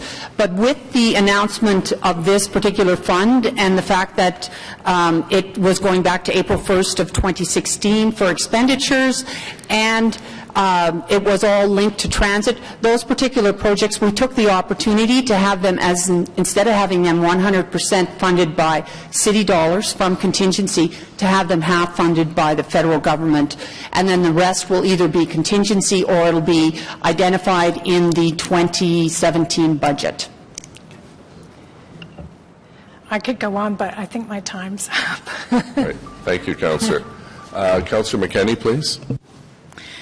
Thank you, Mr. Mayor. I just had a question about the Prince of Wales Bridge, and when we removed it as our priority in favor of Clegg, which I fully supported, say that out because that's a fantastic link, but the Prince of Wales Bridge as a pedestrian and cycling link is still part of our Transportation Master Plan priorities. And I was surprised that, it didn't make it onto this list. It does link to transit. It's actually from the other side of the river. It links nicely to transit for what could be potentially thousands, getting thousands of cars from crossing Booth Street Bridge and other bridges into the downtown. I know that at the time the cost had escalated to, I think it was approximately $10 million, and at the time there wasn't much interest from the NCC and Gatineau, but those times have changed, certainly with respect to our new federal government. So I just wonder why Prince of Wales wasn't included in the list, given that it is still a priority in our TMP for pedestrian and cycling linkages. Yes, Mr. Mayor. The challenge with that would be timing. As the Treasurer pointed out, project timeline April 2018. So even if we wanted to do it, to do everything that would be required with that through studies and alignment of the approvals and so forth, we wouldn't make it. Okay, well, thanks for that. Could I just ask then, do we have like an estimate of what the timing would look like? I think that, it is still a priority. If we could somehow, because for light rail, we've got pedestrian and cycling links east-west from the south, but we really have nothing from from the north. And, our discussion around, truck tunnels and the traffic patterns in the downtown, that also includes, thousands of cars that come over that we've seen with other good cycling infrastructure that we can remove, in the summer months, certainly thousands of vehicle trips per day, and even in the winter, hundreds. So I just wonder what the timing would be so that we are prepared for, if we have another opportunity. I think that we really should be prepared to ask for funding for Prince of Wales Bridge. Councillor, we don't have that here today. I'd be happy to follow up with Ms. Chi and myself to sit down with you and just think through that and see if we can put a time frame on that. There's lots of elements to it, as you've pointed out. Okay. Thank you. I appreciate that. Okay. Thank you, Councillor McKenney. Councillor Leeper, please. Thank you, Mayor. Just to quickly echo the comments made by both Councillors Deans and McKenney. Had there been some kind of an email going out with respect to Councillors' wish lists for new money, Prince of Wales certainly would have been one of the things at the top of my list. The discussion with respect to how we're going to get that built, I would love to know that there is going to be some kind of a shovel-ready plan so that when an opportunity arises like this again, that we're able to take advantage of it. I still don't quite understand how that $10 million, $10.5 million figure was arrived at for the Prince of Wales Bridge. It would be good to take a look at those studies. This morning, though, I did want to take a look at one line item that will help me understand maybe a bit better about the incrementality of the projects that are on this list. That's the transportation demand management, $30 million worth for Stage 1 detours. The detours, as many of us have noted who are cycling, walking, and taking the bus through that corridor, are working very well. There are multi-use paths that have been added onto the project. What more is to come? What is the incremental work to be done on multi-use, or sorry, on the TDM, particularly as listed in the document between Tunney's Pasture and Le Breton?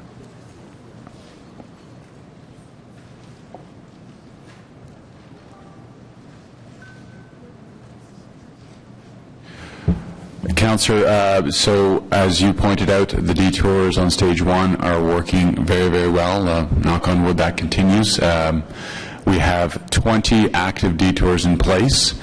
I can say that that's probably more than anybody could have imagined, even in all the great engineering work that was done in Stage 1. This is the best estimate that we were able to pull out in terms of not only what's left to do, but also what's required to sustain it. And the costs are major in terms of some of the adjustments that we did. We also accelerated some of the work, you'll recall, in terms of earlier closures and so forth.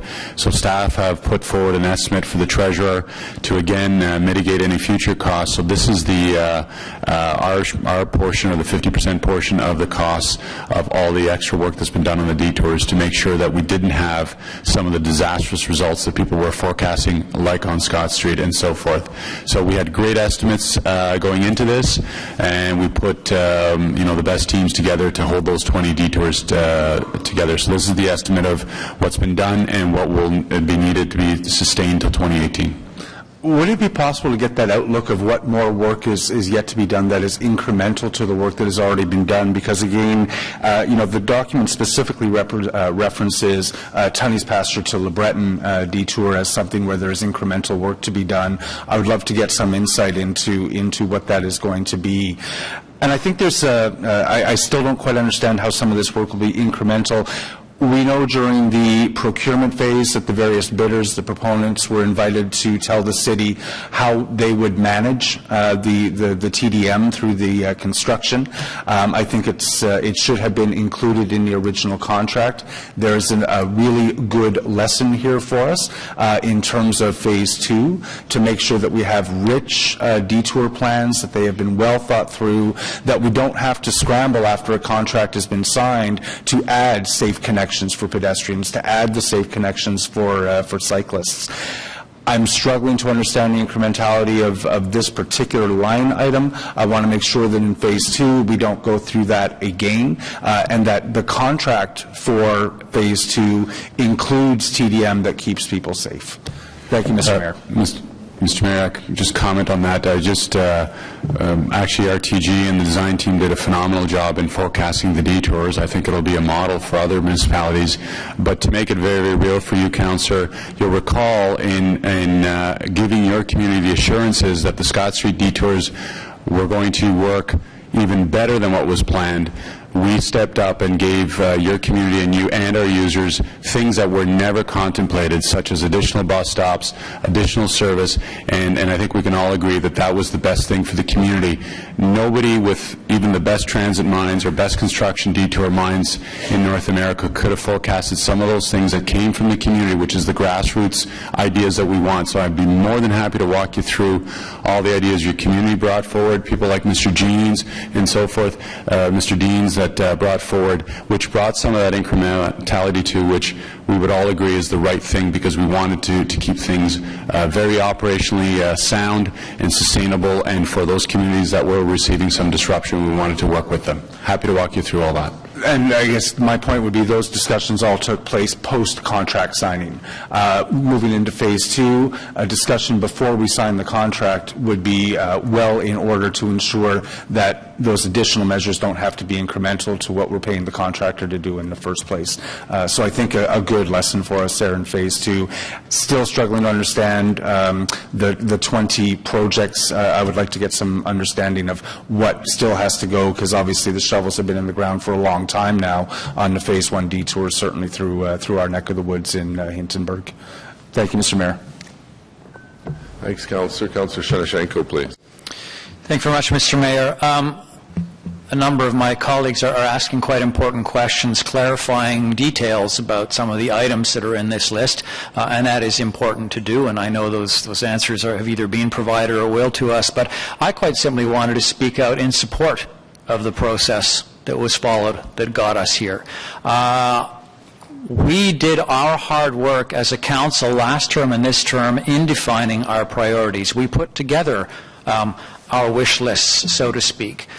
We have a recently refreshed cycling plan, pedestrian plan, transportation master plan, and Phase 1 and Phase 2 of light rail. So when the City of Ottawa was given an extraordinary opportunity to put together a list for funding on short notice and with very recently defined criterion, it's at that point that I expect our senior staff to do their work and take the lists that we've given them and put together that list that matches and fits those criteria, and that's exactly what I saw happening. So thank you. Thank you for doing that. I'm sure it was a very difficult job. I don't see this as an opportunity to go back to Council and ask if we want to change our wish lists. I don't see this as being about wish lists. This was about plans that we've put together. And although some items on those lists might have been reordered because the criterion of this infrastructure project said, no, we're not taking those and we are taking these, and we went looking at how we matched those, that's really the work that was done. So newsflash, when I am on vacation in summer, you can't reach me. I don't have reception of any kind at my cottage. When I'm on a bike tour, I don't carry any kind of electronics. So, you know, some of us approach our vacations that way, and I'm glad to know that when important decisions need to be taken of this kind, that it can be done, and we don't have to call all of Council back. I didn't see this as a case where any sort of emergency Council meeting might have been necessary. So that's all I feel I need to say here. Thank you. I know there's a lot of work to be done in understanding precisely what these projects are, but I'm not troubled in any way by the process. I actually support it. Thank you. Thank you very much, Councillor. Councillor Aguilar. Thank you, Mr. Mayor. Just a few comments. It's my understanding, and Mr. Manconi or Mr. Moser or whoever can jump in if I've got this wrong, but all the projects that went forward on that list are projects that we have already discussed at committee or council, that we've already approved in some way, whether through the TMP or other policies and plans at the city. So there's nothing new on this list. And I frankly, I want to thank staff, because you had an extremely short timeline, you had a dense amount of criteria, complicated grouping of criteria to deal with, to determine which out of the many, many projects we've got in the queue in the city, what fit into the box, what didn't fit into the box, to make sure that we got the utmost we could out of the funding envelope available. So I want to thank you for the time that you put in.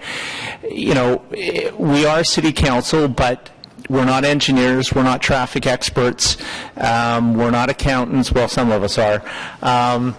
And in some cases, we need to rely on our senior staff. We hire them for their expertise and their professionalism.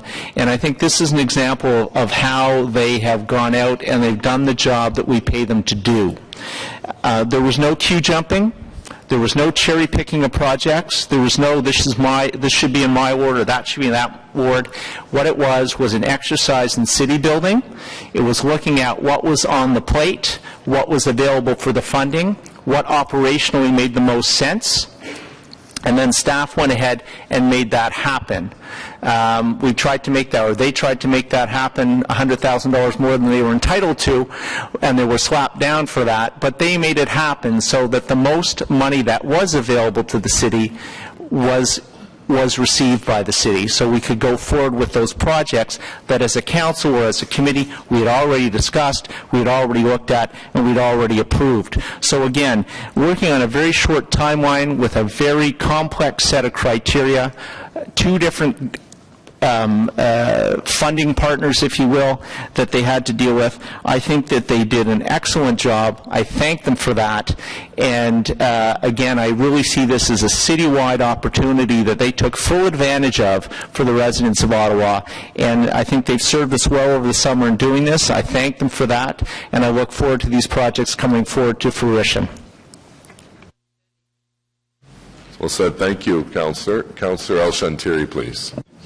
Thank you, Mr. Mayor, and I think it's a good meeting today, and it's a historical because Councillor Shevchenko and I were going to agree on something very much so. One of the items, and that's a question to our staff, and I don't think there's a weekend we don't get the police involved or city involved with the cyclists in the rural area. And I see here rural cycling routes, mislocation. So we're talking about $2 million investment. But can you just tell me what's that mean? Are we going to pave some shoulder, God forbid, to make it safe for the cyclist and the driver? Because our road become really very busy with cyclists, and we don't have the infrastructure to support that. Can you give a mic to? Okay.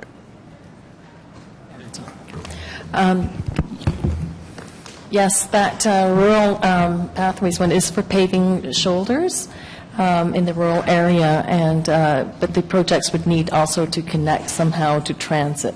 So we have a candidate project for that, and it's the old Montreal Road that would connect to Trim Road. So that's the account for that, or the project for that.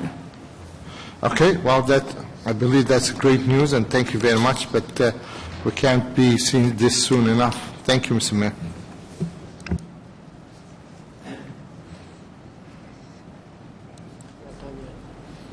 Sorry, Councillor, you? I'm done. Yes, Mr. Mayor. So your mic was still on. Okay, thank you. Councillor Nussbaum, please. Thank you, Mr. Mayor. And like others, very happy to receive a gift of $155.9 million. It doesn't happen every day. So useful to understand a little bit about how this is going to affect the corporation's finances moving ahead. And so my first question, which I think the Treasurer answered in part, was given that the parameters of the agreement were payment up to 50% for each of these projects. I think the Treasurer said that the idea would be, since these were not incremental, meaning we weren't anticipating spending this money, that we're going to take on additional debt in order to pay up to the 50% share that we're going to have to provide if the province is not kicking in. So is that correct, that the idea would be between now and March 1st, 2018, whenever we need to pay the 50% on these projects, that we'll take additional debt up to the $155 million? Mr. Mayor, actually, that's not what I said. What I said was we're putting debt on these projects right now to allow them to advance, because your bylaws basically say you have to have the full funding authority in place before you can start capital works. What we will be doing, though, is between now and basically 2019, we will be refinancing that debt with the projects when the work was supposed to happen. For example, I'll take cycling path renewal. In the next 4 years, you were going to spend $8 million. The federal government has now given you an additional $1.5 million. So in the next 4 years, you're actually going to spend $9.5 million. But some of that work would have been done in 2018 or 2019 is now being advanced. In those years, you will not be doing more work. You will, in fact, be doing, we will be taking the money that you would have approved for those works in 2018 and 19 and using it to substitute for the debt. So we will, in fact, be eliminating all but $10 million of the debt that we are requesting to be authorized through this report. Okay, thank you for that. Just so that I understand, you mentioned the acquisition of 17 new buses for LC Transpo, the $6.8 million, which wasn't in the long-term forecast. So where, just so that I'm clear, where is that 6.8, the 50% of that, where is that coming from? We will include that particular project in the 2017 budget, and we will show the sources of financing for it at that time. Part of it will be development charges, because these are growth buses. We did not put any development charges on it at this point in time, but we will in the budget. The other portion, the cash portion of it, will come from other transit projects where we now have federal funding on which we hadn't anticipated, which frees up some of our money to use towards those buses. So it's coming from other projects and from development charges. Okay, thank you. I want to come back to something Councillor Leeper asked, which was the TDM measures during Phase 1 of LRT construction, and just trying to square the answers that he got to that question with the idea that these are not to be incremental funds. And so I guess the question is, with the $15 million that the feds gave us for bus detours during LRT construction, had it not been for that contribution, what would the difference on the ground have been?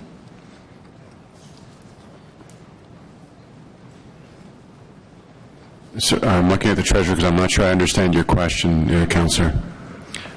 So the federal government gave us $15 million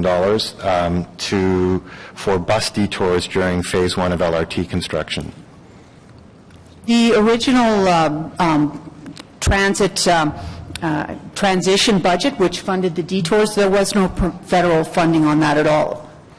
Right, but now that we're asking, yes, we put forward $30 million, and we're asking them to fund half of it. And if they didn't fund half of it, the city would fund all of it. But you had said early on that this was not to be incremental. So clearly there had to be new plans to do something which we didn't envision doing initially. This is to be incremental spending. So we will be spending $30 million more on those detours than we had originally planned to do. So this is incremental spending. So all of these projects have to be incremental spending, and this one would have been. We would be adding this to the 2017 budget and asking you to approve $30 million more for the detours. Now we're going to be coming forward and asking you to approve $30 million, half of it which will be funded from the federal government. So why is it that it wasn't on the long-range forecast? I'm just trying to understand wouldn't that have been anticipated in the Phase 1 funding that we would need an additional $30 million to do the bus detours? It was identified just within the last year and a half. Once we started with the detours, and Mr. Manconi was able to see what it's actually costing us, and we made changes to it. So your original budget that you approved for it, we had determined was insufficient. So that is why we would be going back in 2017 and asking for more money for it. This opportunity came up to have the federal government fund half of it, which eases the burden on us. But we would, if the federal government had not come forward with this particular program, there would be a line item in the 2017 budget asking for $30 million more for the detours. To be spent in 14 months between January 1st, 2017 and March 1st, 2018, we were going to spend an additional $30 million for bus detours. That's correct. Okay, thank you. So just in terms of some of the other questions, and again, just try to understand the relationship between the long-term plan, the long-term forecast, and the additional money. Let's take something like bus stops and shelters. We got just over $500,000 for it. We had planned in 2017 to spend $670,000. So are the feds going to let us just essentially use the $670,000 which we had planned to spend on bus shelters as our contribution to the $550,000? Actually, if you look further, you'll see we were planning on spending in 18 and 19. Yeah. So the works that are being advanced as a result of this most likely would have been in 18 or 19. So we will use the money in those years. 17 will most likely stand on its own and not be adjusted. So we will be doing the additional work as a result of this program, plus the 17, and it will most likely be the 18 or 19 budgets that are adjusted to allow us to refinance the debt. Okay, so essentially the benefit really for us is going to be seen more in the 18 and 19 capital budgets when we'll see a withdrawal of some of the expected liabilities, and that hopefully will free up all sorts of money, particularly in the OC Transpo budget, where we were expecting to spend a certain amount of money. That money will be advanced. Half of it, I understand, is going to have to be paid for by debt. But is it fair to say that we will realize some benefit, particularly in the capital budget, in the 18-19 timeframe? The result of this is that you're actually spending $10 million more of your own money than you had planned to. So that is the result of this particular program. So the new projects that were being added on there, the savings from the ones that were replacing federal dollars, our dollars with federal dollars, is freeing up some funds, but the net result is that we are going to actually be increasing the city's debt by $10 million, which is $10 million more in spending that you had originally planned to do, plus the federal share.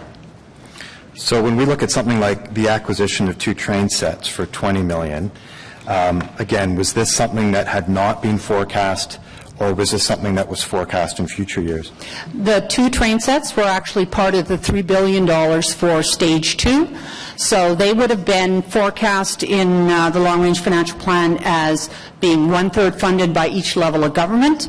We are now have 50% on from the federal government. We have assumed the provincial government will come forward with their 1/3 share, which reduces the city requirement, which is the money we would be using then to fund either the new buses or the detours or all the other projects that were being added on that weren't part of the original forecast. I see. So when we do the overall financing for Stage 2, on top of the commitments that have already been made, we have to add this to the total cost of the project. The 2 trains were actually part of the original cost, so they're not. This is not a new expenditure item. They were already identified. They're part of the $3 billion. So we're just able to, because of this program, to advance the purchase and to have them funded 50% by the federal government as opposed to 1/3.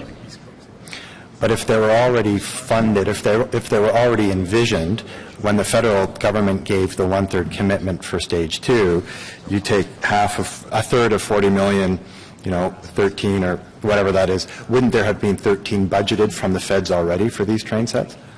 The budget's, excuse me, the federal government actually hasn't budgeted anything for this yet. We're still waiting for a commitment on them. They're working on Phase 2 of this. Phase 2 is where we're going to get the rest of the funding for Stage 2 light rail. So we anticipate that when they have their next budget announcement, they will provide more details on Stage 2, and that's where we'll get the rest of the funding for the next stage of light rail. Okay, thank you. And my last question relates to some of the money, not so much transit, but more active transportation. There's money for Rideau River crossings, both at Confederation Heights and at Bank and Riverside, $775,000 and $1 million. I presume those are for design studies or something to the like. Is that correct? And since that wasn't envisioned, I think, in the affordable part of the TMP, is that, again, another example of where we'll take on debt to pay our share of those in the hope that, well, I guess although it wasn't, I'm just trying to understand where is, again, the 50% contribution from the city going to come from the design work for those two bridges? I think they're a wonderful idea, I should add, but I'm just curious how the financing is going to work for them. Again, Mr. Mayor, I'll say we're putting debt on for our share at this point in time. We will bring it forward in the budget, and if there's development charges that we can use, we'll use those. But otherwise, we'll be looking to refinance the debt on those particular projects with savings that we've generated in other areas. Okay, thank you. That's all my questions, Mr. Mayor. Right, thank you. Councillor Chiarelli. Thank you, Your Worship. Thank you, Your Worship. Just following up on Councillor Nussbaum's issue, if they weren't in the TNP, why were they on the list? I'm sorry, you'll have to explain which projects you're referring to, Mr. The Rideau River Crossing.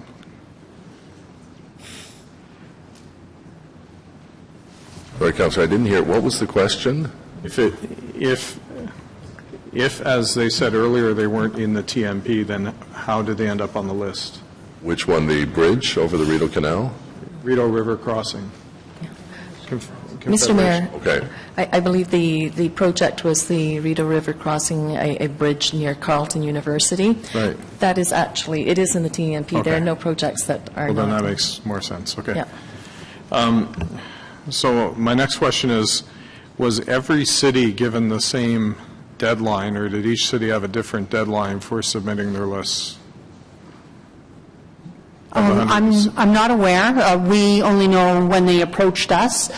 They didn't ask every city. They asked only a handful, from my understanding, because they needed to get that 50% of funding, projects identified for 50% before the feds would agree to signing off the agreement with the province.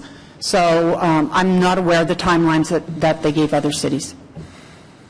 Well, so what actually was the amount of time given to us? The actual date, when they contacted us, was the 25th of July, and they actually had wanted something that same day. We said that was impossible, and so we asked, that was a Friday, so we asked could we have until at least Tuesday, and they agreed. And then so we submitted our list on Tuesday, and then we got it back that evening and back to the drawing board, and so it bounced back and forth for a number of days, and then I think the final date was August 8th when the final list was agreed to, and then I believe they had their press announcement or their announcement shortly thereafter. Okay, so what were the 3 days that we were talking about earlier? Friday, Saturday, and Sunday, the 25th, 26th, and 27th, because they had wanted it on the Monday. They had, and we had asked, could we have one more day? Okay. All right, and you're not sure of how many other cities were asked? No, I'm not. Okay. All right, thanks. Thank you, Councillor. Councillor Brockington. Thank you, Your Worship. I, too, will be supporting the recommendation before us. I significantly appreciate the focus and commitment by the federal government, including the transit infrastructure, and I do think this is a golden opportunity for municipalities and Ottawa to grasp and really push ahead with various transit projects. I appreciate the further information and clarification from the Treasurer earlier at this presentation and through the Q&A, because I think there was a lot of misunderstandings over the last few weeks, and maybe a technical briefing or some sort of info session with members of council when this first came out could have alleviated some of that and steered the messaging in the media a bit better. Did I understand correctly that direction was given to the city clerk to review future opportunities where we can engage council so that these types of concerns won't happen again, where we don't necessarily open the list up for, multiple amendments, but again, get city council on board as a heads up? Can that be added to our mid-year governance review as an item? Mr. Mayor, I haven't been given that direction, and I would be pleased to follow up on it, but I do have some initial concerns that I could share with council right now, if that was appropriate. Well, I'd like to deal with that when we get to mid-year governance. It doesn't have to go into... I'd like to hear the clerk's answer. Yes, Mr. Mayor, there was some debate earlier in consideration with regards to councillors being apprised of these matters and considering them over email, and I would caution members of council. The Ombudsman is the meetings investigator for about 220 or so municipalities in Ontario, and he routinely posts his decisions on closed meetings violations. He recently posted one last week with regards to one of the townships south of us where members of council had engaged in a series of email exchanges with regards to a zoning application, and he found that was in breach of the Municipal Act closed meetings investigation because you were required to have those type of meetings in open. So as one of the members mentioned earlier, your option is, yes, Mr. Mayor, always you could call a special council meeting or a committee meeting in the middle of summer. My concern there from the clerk's perspective is in the past when those types of special meetings are called, even when they're not in the summer, members of the public are concerned that we don't give adequate notice and they're off on vacation. So it's a real challenge, Mr. Mayor. Thank you. Sorry, would technical briefings like we get with major OC Transpo projects, budget matters, other infrastructure projects which routinely happen here for a subset of council, is that not possible? Mr. Mayor, most of our technical briefings invite all members of council, as we did most recently with the taxi review report, and we actually invite the media and invite members of the public to attend. So we don't think they're meetings under the legislation, but in any event, we are being very open and transparent. Thank you. I think at the end of the day, this is about accountability, and I think when you need to marry opinions that you've heard here from some members of council, appreciated the process, that direction's already been given in the past through various plans that have been passed and supported by council versus the ability of elected members of the city to at least review the list that's been put together by our senior staff and at least have some input to that. Doesn't mean I have any intention of going through all the different items and trying to make it River Ward focused, because this is about the city and putting priority projects on the list, but it's that balance between having the elected members of this council provide input versus redoing everything that a lot of the plans and studies have gone through in the past. And we've done that before. We've been asked our opinion to provide last year the Canada 150 infrastructure dollars, where we were asked to identify projects in our wards, which then got fed into a city submission, and of course we do that at budget as well.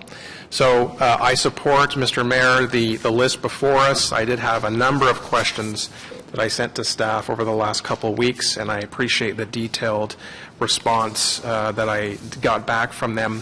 One thing that I'll just repeat, I'm not going to obviously go through all the questions, but one that I want to underline is there's a specific project in my ward that talks about a very specific bicycle link on Hunt Club Road. Hunt Club, of course, is a very busy road. We do have bike lanes on the sides, but when you get to Bowesville Road heading westbound between Bowesville and Riverside, the bike lane ends, like on many of our streets.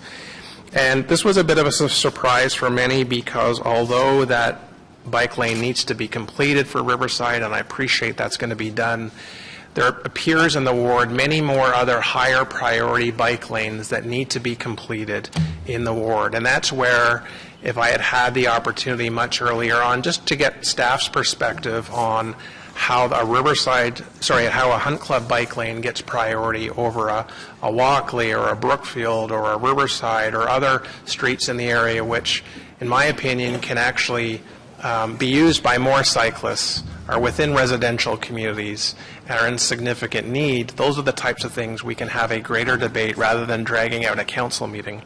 So, again, I appreciate the information provided. I think the answers to the questions today have been very useful during this debate. Thank you. Great. Thank you, Councillor Brockington. Councillor DeRose. Thank you, Mr. Mayor. I think I'm the last guy on the list here. I'll make it very short and quick, but I just want to second Councillor Shantiri addressing that we're very happy to see safe cycling for our rural areas. And I'm not meaning only me, because I know many residents in my ward and many residents in the city of Ottawa always give us compliment and comment about rural road and safe cycling. So, and we have incident and accident all the time. So I'm really, really pleased to see all these initiatives within the list. But also, I hear some of my colleagues talking about different projects and list and wish list. These are not these lists, they've been in front of us for a long time, and we're all aware about them, and I'm really pleased to see most of them is coming to, we're getting some funding for them. And my colleague John Cloutier and I, we were just talking just before all the comment, that we're really impressed, and we've been talking to staff, and we've been asking staff since we knew about the funding coming to be prepared and to put all their duck in a row, making sure having all their project together so we are be able to deliver on time, to making sure we receive as maximum money from the funding. And Councillor Cloutier and myself, we're very happy, we're very pleased. We thank staff for their hard work with the short time that the provincial, for the government that gave them for them to put all these lists together. So we're very happy to see the list. We're very happy to see the funding coming through. We really appreciate all their hard work. So thank you very much, Mr. Mayor. Great. Thank you, Councillor DeRose. And just very briefly, I too want to echo what the councillors have said about the staff effort under very tight timelines. They produced the list, and in every single case, it was a council-approved policy, TMP, cycling plan, items that have been in the wish list, if you will, for some time, but we've never had the funding for it. So this has been a great example of the new cooperative approach between levels of government. And we see government that brought to the table, and I thank Minister McKenna for the announcement. A number of you were at that announcement on Fifth Avenue. I thank her, and I thanked her and the National Capital Caucus and Minister Sohi yesterday when I met with them, because a lot of these projects have been on the wish we could do list for a long time. And while not every project is on the list, we also understand that there were a number of criteria that the Government of Canada established, particularly the tight timeline, because this is really an economic stimulus program to get people to work as quickly as possible in a condensed period of time. And then, of course, the larger transit funding announcements, our request for the $1.15 billion is coming up after this program is completed. So it has been I think, a very positive experience that these projects that really are good basic infrastructure that cover all parts of the city. And my role was to look at the list from a geographic point of view to ensure that not all of the money was in one part of the city and the rest of the city was left without projects. And a good example of that, for instance, is the addition of more buses. We know that there's some extremely fast-growing areas. I can name off some of them. Riverside South, Barrhaven, Canada, where there is tremendous growth, but there are not enough buses. We know in Orleans, highest use of bus transit per capita in the entire city, often people will never get a seat on the bus because it's so crammed. So this is a particular project that benefits all parts of the city. I think the rural paving area was something that I certainly am very supportive of, as are the rural councillors. We have a lot of people in the urban core that want to go out to farmers markets and visit farms and visit rural fairs, but we don't have the cycling capacity because the shoulders are not paved. And we have rural residents that want to cycle within their communities, and it's just not safe going on some of those roads because the shoulders aren't paved. So I encourage people to support this recommendation, and I thank very much our staff for the long hours in a relatively short period of time. And I think we heard wise counsel from our solicitor that the suggestion that was put forward that we simply email these lists and have a discussion that way is illegal under the Municipal Act. So on the report, yeas and nays, please. Councillor Wilkinson? Councillor El Shantiri? Yes. Councillor Moffat? Yes. Conseiller Cloutier? Oui. Conseiller Manette? Oui. Councillor Hubley? Yes. Councillor Chernyshenko? Yes. Councillor DeRose? Yes. Councillor Harder? Yes. Councillor Shirelli? Yes. Councillor McKenney? Yes. Councillor Eglai? Yes. Councillor Tierney? Councillor Kadri? Yes. Councillor Taylor? Yes. Councillor Leeper? Yes. Councillor Middick? Yes. Councillor Brockington? Yes. Councillor Kakish? Yes. Conseiller Blais? Oui. Councillor Deans? Yes. Councillor Fleury? Oui. Councillor Nussbaum? Yes. Mayor Watson? Oui. 22 yeas. Thank you. Disposition of items approved by committees under delegated authority, suite à donner des articles ratifiés par les comités en vertu de pouvoirs délégués. Carried. Motion to adopt reports. Motion portant adoption de rapport. Councillor Middick, seconded by Councillor Cloutier, please. Thank you, Mayor. That the Agriculture and Rural Affairs Committee Report 19 Alpha, Finance and Economic Development Committee Report 17, Planning Committee Report 31, and Transportation Committee Report 17 be received and adopted as amended. Carried. Motions of which notice have been previously given. Motion dont avait été donnée entièrement. Councillor El Shantiri has a motion, seconded by Councillor Moffat, please. Thank you, Mr. Mayor. And this motion, the Municipal Council Support Resolution Independent Electricity System Operator, known IESO feed-in-turn program.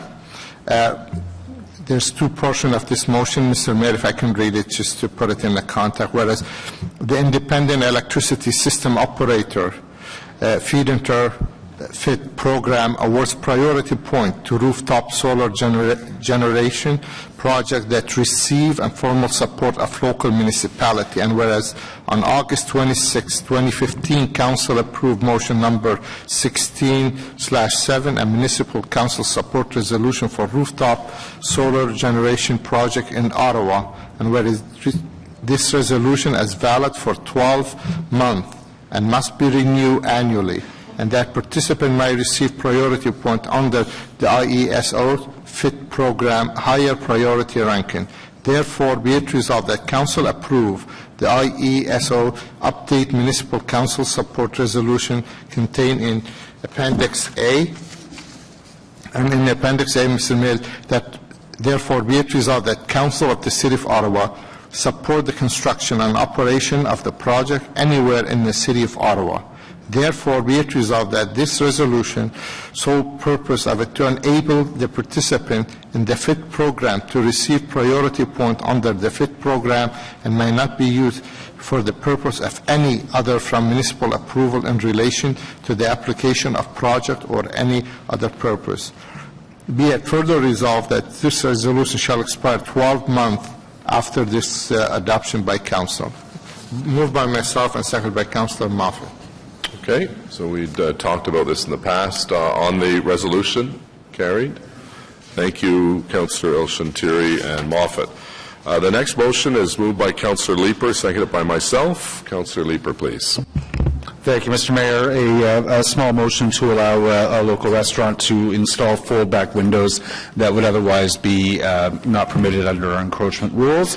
The motion reads, whereas the owner of the Wellington Diner at 1385 Wellington Street West has applied for a building permit for alterations to his restaurant building, and whereas the plan submitted proposes folding accordion windows that, when open, would encroach on the city's right-of-way, and whereas the city's use and care of roads bylaw and encroachment bylaw prohibit this type of permanent encroachment on the city's right-of-way, preventing the building permit from being issued, and whereas the August meeting of the Transportation Committee was cancelled and the building permit is currently on hold pending resolution of this issue, therefore be it resolved that Council approve waivers to both the city's use and care of roads bylaw and encroachment bylaw to permit the proposed accordion windows as a permanent encroachment on the city's right-of-way abutting 1385 Wellington Street West, subject to the proponent entering into an agreement with the city and paying related annual encroachment fees. Thank you very much for your support on this one, Mr. Mayor.